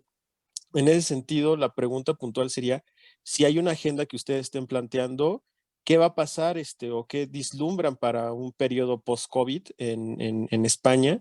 Y desde estos dos ejes, ¿no? El eje económico y el eje ambientalista, ¿no? Ya que parece ser que lo estamos como desaprovechando, ¿no? Un poco subiéndonos en esta declaración con la que empezaba la participación, que si bien no comparto, si es una realidad, ¿no? O sea, esta crisis permitiría en todo caso esta transformación, radicalizarla, o si no radicalizarla, intentar acelerarla, ¿no? A razón de que el grueso de la población mundial se está viendo en una situación de debilidad y donde su vida está en riesgo por la violencia del mismo capitalismo en sus fases neoliberales, en el caso de México o el resto del mundo. Pero bueno, no me voy a extender más. La pregunta es puntuales, ¿no? ¿Cómo lo ven ustedes allá? Y me interesa particularmente conocer experiencias de las ciudades, ¿no? Que, bueno, me llaman en este caso particular atención. Muchas gracias y felicidades, ¿eh? Me pareció muy rica en general la plática. Es cuanto. Muchas gracias, Alejandro. Para mantener un poco la estructura del evento, yo creo que responda Marc, ¿verdad? Y ya acabaría su participación. Y después Leslie también puede responder a las preguntas que han quedado en el tintero y hacer su cierre también. Agradezco mucho la pregunta de Alejandro. Nosotros estamos en lucha para dejar de ser España, ¿eh? Porque somos una organización independentista. Pero sí, efectivamente, pues creo que Marc te puede responder bastante bien la pregunta, porque pues él vive en Barcelona y conoce otras ciudades de... Los países catalanes incluyen también el país valencià, que tiene una gran ciudad, que es Valencia, y las Islas Baleares, que tienen Mallorca, que también tiene prácticamente cerca de 1 millón de habitantes, ¿no? O sea, sí son ciudades importantes. Entonces, Marc, adelante. Sí, bueno, pues muchas gracias, Alejandro, por la pregunta. La verdad es que desde el punto de vista doble, ¿no? En primer lugar, primero lo que vivimos, ¿no? Nosotros aquí, sobre todo en Barcelona y en muchas ciudades de nuestro país, lo que se vivió es que cuando hubo el gran confinamiento, nadie se imaginaba que eso podría pasar, ¿no? Que nos podíamos de golpe parar totalmente este modelo tan acelerado, este modelo tan consumista acelerado, le podríamos decir, y de golpe nos encontramos en un entorno en el cual, en una ciudad donde, como decía, mueren 1.300 personas cada año de manera prematura por culpa de la contaminación atmosférica, con mucho ruido, de golpe la gente se dio cuenta de que se podía vivir en una ciudad en silencio, cómo de agradable era poder vivir en una ciudad en silencio y también por lo tanto, cómo de agradable era vivir en una ciudad sin contaminación, ¿no? Obviamente eso generó también un segundo elemento o una segunda respuesta a pasados los días, que era la necesidad de las personas de contacto con la natura. Es un elemento que también se ha ido reproduciendo después del confinamiento y que también nos demuestra cómo de esclavos somos al final de un modelo tan acelerado, un modelo consumista acelerado y un modelo que principalmente lo que hace es desvincularnos, ¿no?, de lo que es el contacto directo con la natura, es decir, ¿no?, esta alineación, ¿no?, con la natura dentro de esta lógica de conflicto siempre entre capital y natura. En ese sentido, en las ciudades lo que sucedió precisamente, procesos como el que tú me comentas, no concretamente, pero sí que lo que sucedió es que la gente empezó a darse cuenta de cómo de necesarios eran todos los aspectos productivos, especialmente relacionados con ese sector primario, especialmente tanto ramadería como agricultura, y la necesidad de tener fuentes de alimentación cercanas. Es decir, tener, por ejemplo, en Barcelona es muy común ahora y desde hace unos años el auge, ¿no?, de huertos urbanos, ¿no?, colectivos, personas de barrios que se organizan para o bien ocupar solares vacíos que están básicamente esperando o especulando con el suelo y por lo tanto los ocupan y generan espacios de producción agrícola, o directamente pues incluso a experiencias de plantaciones, ¿no?, de empezar a plantar sobre todo en lo que son tejados de edificios, ¿no? A la vez también se produjo una situación y también una experiencia para la gran mayoría de personas urbanitas, ¿no?, personas que viven en las urbes, y es la necesidad de volver, ¿no?, de contactar con productores tanto ramaderos como agrícolas cercanos a las ciudades para poderse, ¿no?, abastecer directamente y no depender de las grandes multinacionales y de las grandes transnacionales y de las grandes productoras o distribuidoras de alimentos, ¿no? Por tanto, salir de esta lógica de grandes supermercados, los cuales podían tener realmente problemas de abastecimiento, y pasar directamente a lo que es a la producción local, el kilómetro cero, y por lo tanto el agricultor o el ramadero más cercano, y olvidando obviamente estas lógicas. Obviamente esto es un proceso desigual, es decir, hay cierta parte de la sociedad que avanza hacia aquí, otra parte de la sociedad que no avanza aquí, pero sí que es verdad que en ese momento había como cierta esperanza, ¿no?, cierta esperanza de cambio, pero obviamente todos sabemos que el capitalismo no caerá solo si no lo hacemos caer, y aunque eso sea dentro del drama y de lo que fue el confinamiento por la pandemia en sus peores momentos, también fue como un rayo de luz, ¿no?, y de esperanza de que otra forma de entender las ciudades era posible, ¿no? Ciudades mucho más naturales, mucho más humanas, mucho más respirables, mucho más cercanas, ¿no?, que pudieran abastecerse alimentariamente hablando desde entornos más cercanos o incluso dentro de la propia ciudad. Y obviamente el elemento para mí más importante de aprendizaje de la pandemia, que fue la comunidad, ¿no? Cómo se crearon nuevas comunidades, personas que no se conocían en la misma escalera, cómo generaron espacios de colectividad, y obviamente la organización que había detrás de esta propia colectividad. A partir de aquí, después del confinamiento, todo volvió o empezó a volver a sus lógicas iniciales, y de hecho aquí hubo mucho movimiento ecologista en Barcelona, por ejemplo, de respuesta a esa, ¿no?, de intentar evitar volver a esa ciudad masificada de vehículos, contaminada, con ruidos, con turistas, ¿no? Y hubo muchas propuestas y hubo mucha movilización en la calle, porque obviamente se veía venir un poco, o que se estaba preveyendo un proceso de dejar atrás el transporte público, que podía ser un foco de contagio, y pasar directamente a coger el vehículo privado. Y eso es lo que ha sucedido al final, ¿eh? Mucha gente más ahora se mueve en vehículo privado que lo que se movía antes de la pandemia. Y ahora, obviamente, aunque hay cierta conciencia, se ha creado cierta conciencia en el ámbito tanto de la necesidad de protección o de poder vivir en entornos mucho más sanos, la propia dinámica del modelo de producción capitalista nos está llevando otra vez a las sinergias y a los movimientos y a las lógicas previas a la pandemia. Y eso obviamente en un contexto de múltiple crisis, ¿no? Y eso ya nos afecta a todos y especialmente en esta Europa del capital en la cual actualmente estamos en la crisis sanitaria, estamos en crisis económica y la crisis económica que vendrá precisamente será mucho más grave de las que hemos vivido, porque actualmente los niveles de endeudamiento de las familias, de las empresas, son mucho más altos que en la crisis del 2007, lo que generará obviamente que partimos de una base mucho más complicada que la crisis que vino en 2007, pero además, como decíamos, ¿no? Pues una crisis ecológica y una crisis climática que obviamente por ese motivo, ¿no? Al final nuestras propuestas políticas van en este doble sentido, ¿no? En el sentido de salvar la urgencia, ¿no? La urgencia del momento, la urgencia de rescatar a las personas, de garantizar unas condiciones dignas de vida, y en segundo lugar, obviamente, intentar trazar una hoja de ruta que obviamente como organización independentista va hacia conquerir esa tan querida independencia y capacidad de decidir de lo que queremos ser, pero también obviamente pues un programa, una hoja de ruta para intentar reducir los impactos de estas múltiples crisis tanto en nuestra sociedad como en nuestro territorio, ¿no?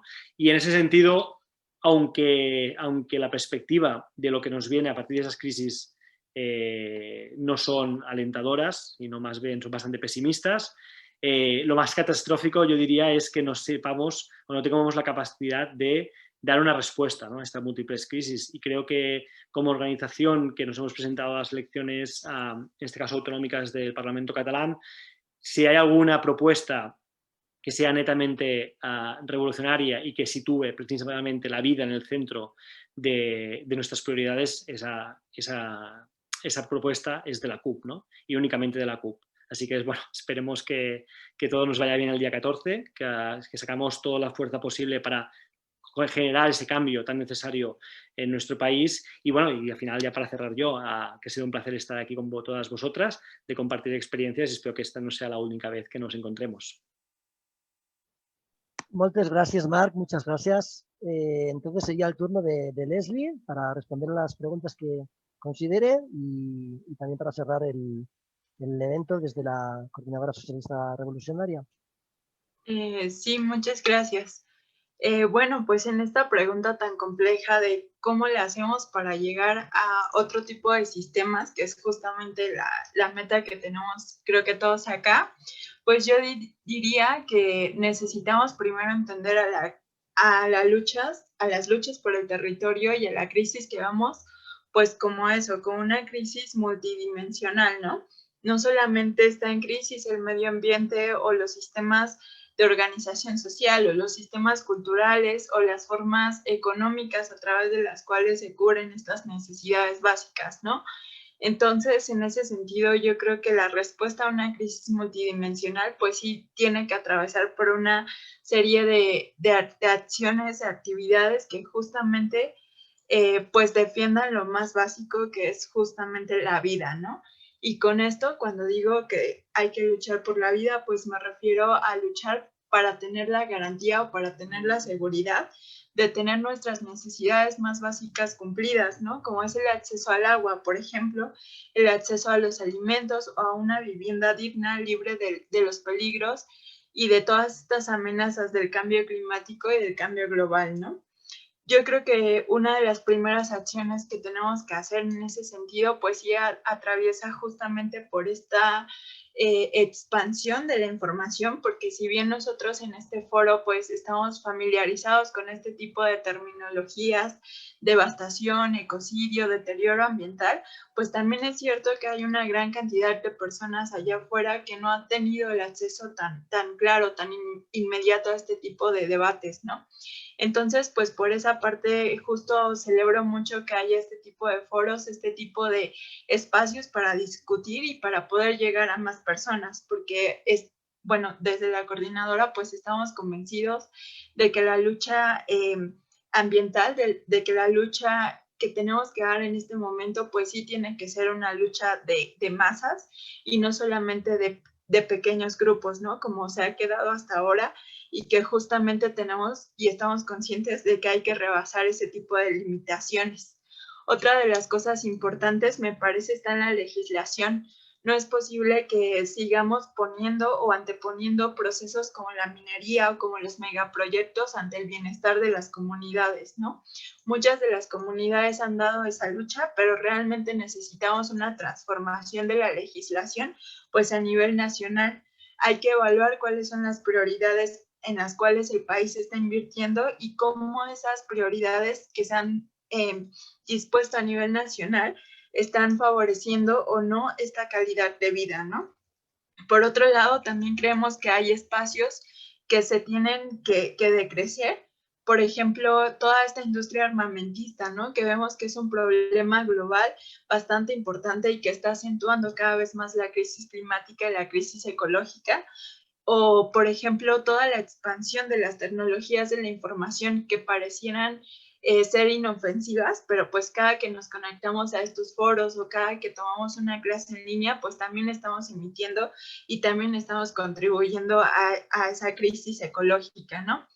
Por otro lado, yo creo, y bueno, creemos en general que hay otros sectores que tienen que ser fortalecidos, ¿no? Como son estos sistemas de cuidados sociales. Yo creo que la pandemia por el COVID-19 llegó justamente a evidenciar este tipo de emergencias. Necesitamos un sistema de colectivo de cuidados, ese tipo de cuidados y de necesidades que la pandemia vino a destapar, pues no pueden seguir decayendo completamente justo sobre el papel que jugamos las mujeres en la sociedad, ¿no?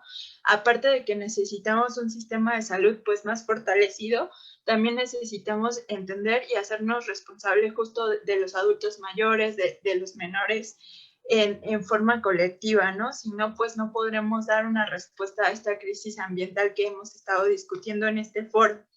Por otra parte, yo creo que es necesario asegurar el acceso a los recursos, como puede ser el agua, de una manera sostenible, ¿no? Es completamente insostenible que pensemos que ciudades tan grandes como la Ciudad de México puedan mantenerse y puedan tener un sistema de abastecimiento de agua potable a partir del despojo de esa agua de las comunidades que tenemos en la periferia, ¿no? Necesitamos invertir entonces en tecnología y en ciencia, pues que nos ayude justamente a encontrar esos reservorios y a potencializarlos para que el proceso de despojo de otros territorios y de otras comunidades pues sea un proceso que se pueda detener, ¿no? Justamente. Y luego también me gustaría comentar un poco más acerca de esta problemática en el sentido de las grandes transnacionales y de estos países, ¿no? Ricos que han venido justamente a saquear varios de los territorios. Por ejemplo, el caso de los bosques. Sabemos que son bosques que han sido gestionados por años por las comunidades, pero también la implementación y justamente el querer imponer este tipo de beneficios, bueno, no quiero llamarles de beneficios, pero sí de mecanismos, como son los bonos de carbono o como son las plantaciones forestales que provienen de toda la industria canadiense y europea también, pues yo creo que son procesos importantes que de continuar así, lo único que van a hacer, pues va a ser acentuar esta crisis que ya hemos venido platicando, ¿no? Por otro lado, en cuestiones de las afectaciones climáticas, creo que si bien es un proceso global y es un proceso al cual todos nos vamos a enfrentar, pues me parece importante decir que no todos la vamos a enfrentar en las mismas condiciones, ¿no? Entonces, pues justamente ser consciente de cuáles son estas diferencias, estas relaciones de poder que siguen existiendo dentro de las comunidades y dentro de los territorios, es un paso primordial que tenemos que dar en esta discusión. Tenemos que llevar la información a estas luchas, pero también tenemos que fomentar la organización social, no solamente en la academia o en estos grupos en donde manejamos el tema más comúnmente, ¿no? Sino bajarlo a las colonias, a los pueblos, a las escuelas, a todos los lugares que tengamos cercanos, y me parece ese es un buen principio justamente para hacer esta transición hacia una forma más sostenible y hacia una forma más amigable y más vivible para todos, ¿no? Entonces, pues lo dejaría ahí. Agradezco mucho las participaciones, agradezco mucho la invitación y pues sin más, seguimos en comunicación. Gracias. Muchas gracias. Ya, Leslie, vamos a dar por cerrado el evento.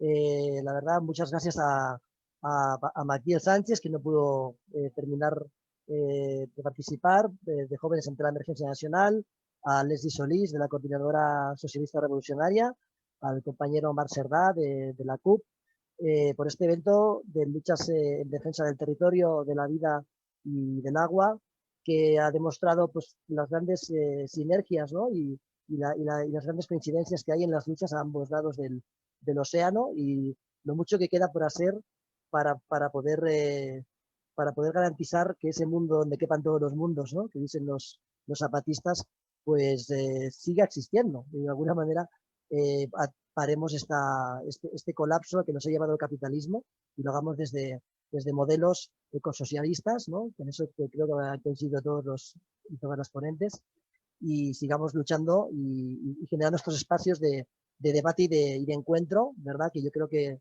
son muy importantes, porque el internacionalismo también es algo que nos hermana, y que sin este internacionalismo también nos va a ser muy difícil, ¿no? Hay que luchar desde lo local y desde lo global, ¿no? Desde lo local, ¿no? Que diríamos hoy en día, ¿no? Entonces, nada más, con eso podemos ya, si quieren, dejar de grabar y despedirnos. Muchísimas gracias. Visca Cataluña, viva México y suerte para el 14 de febrero. Muchas gracias. Gracias, hasta luego.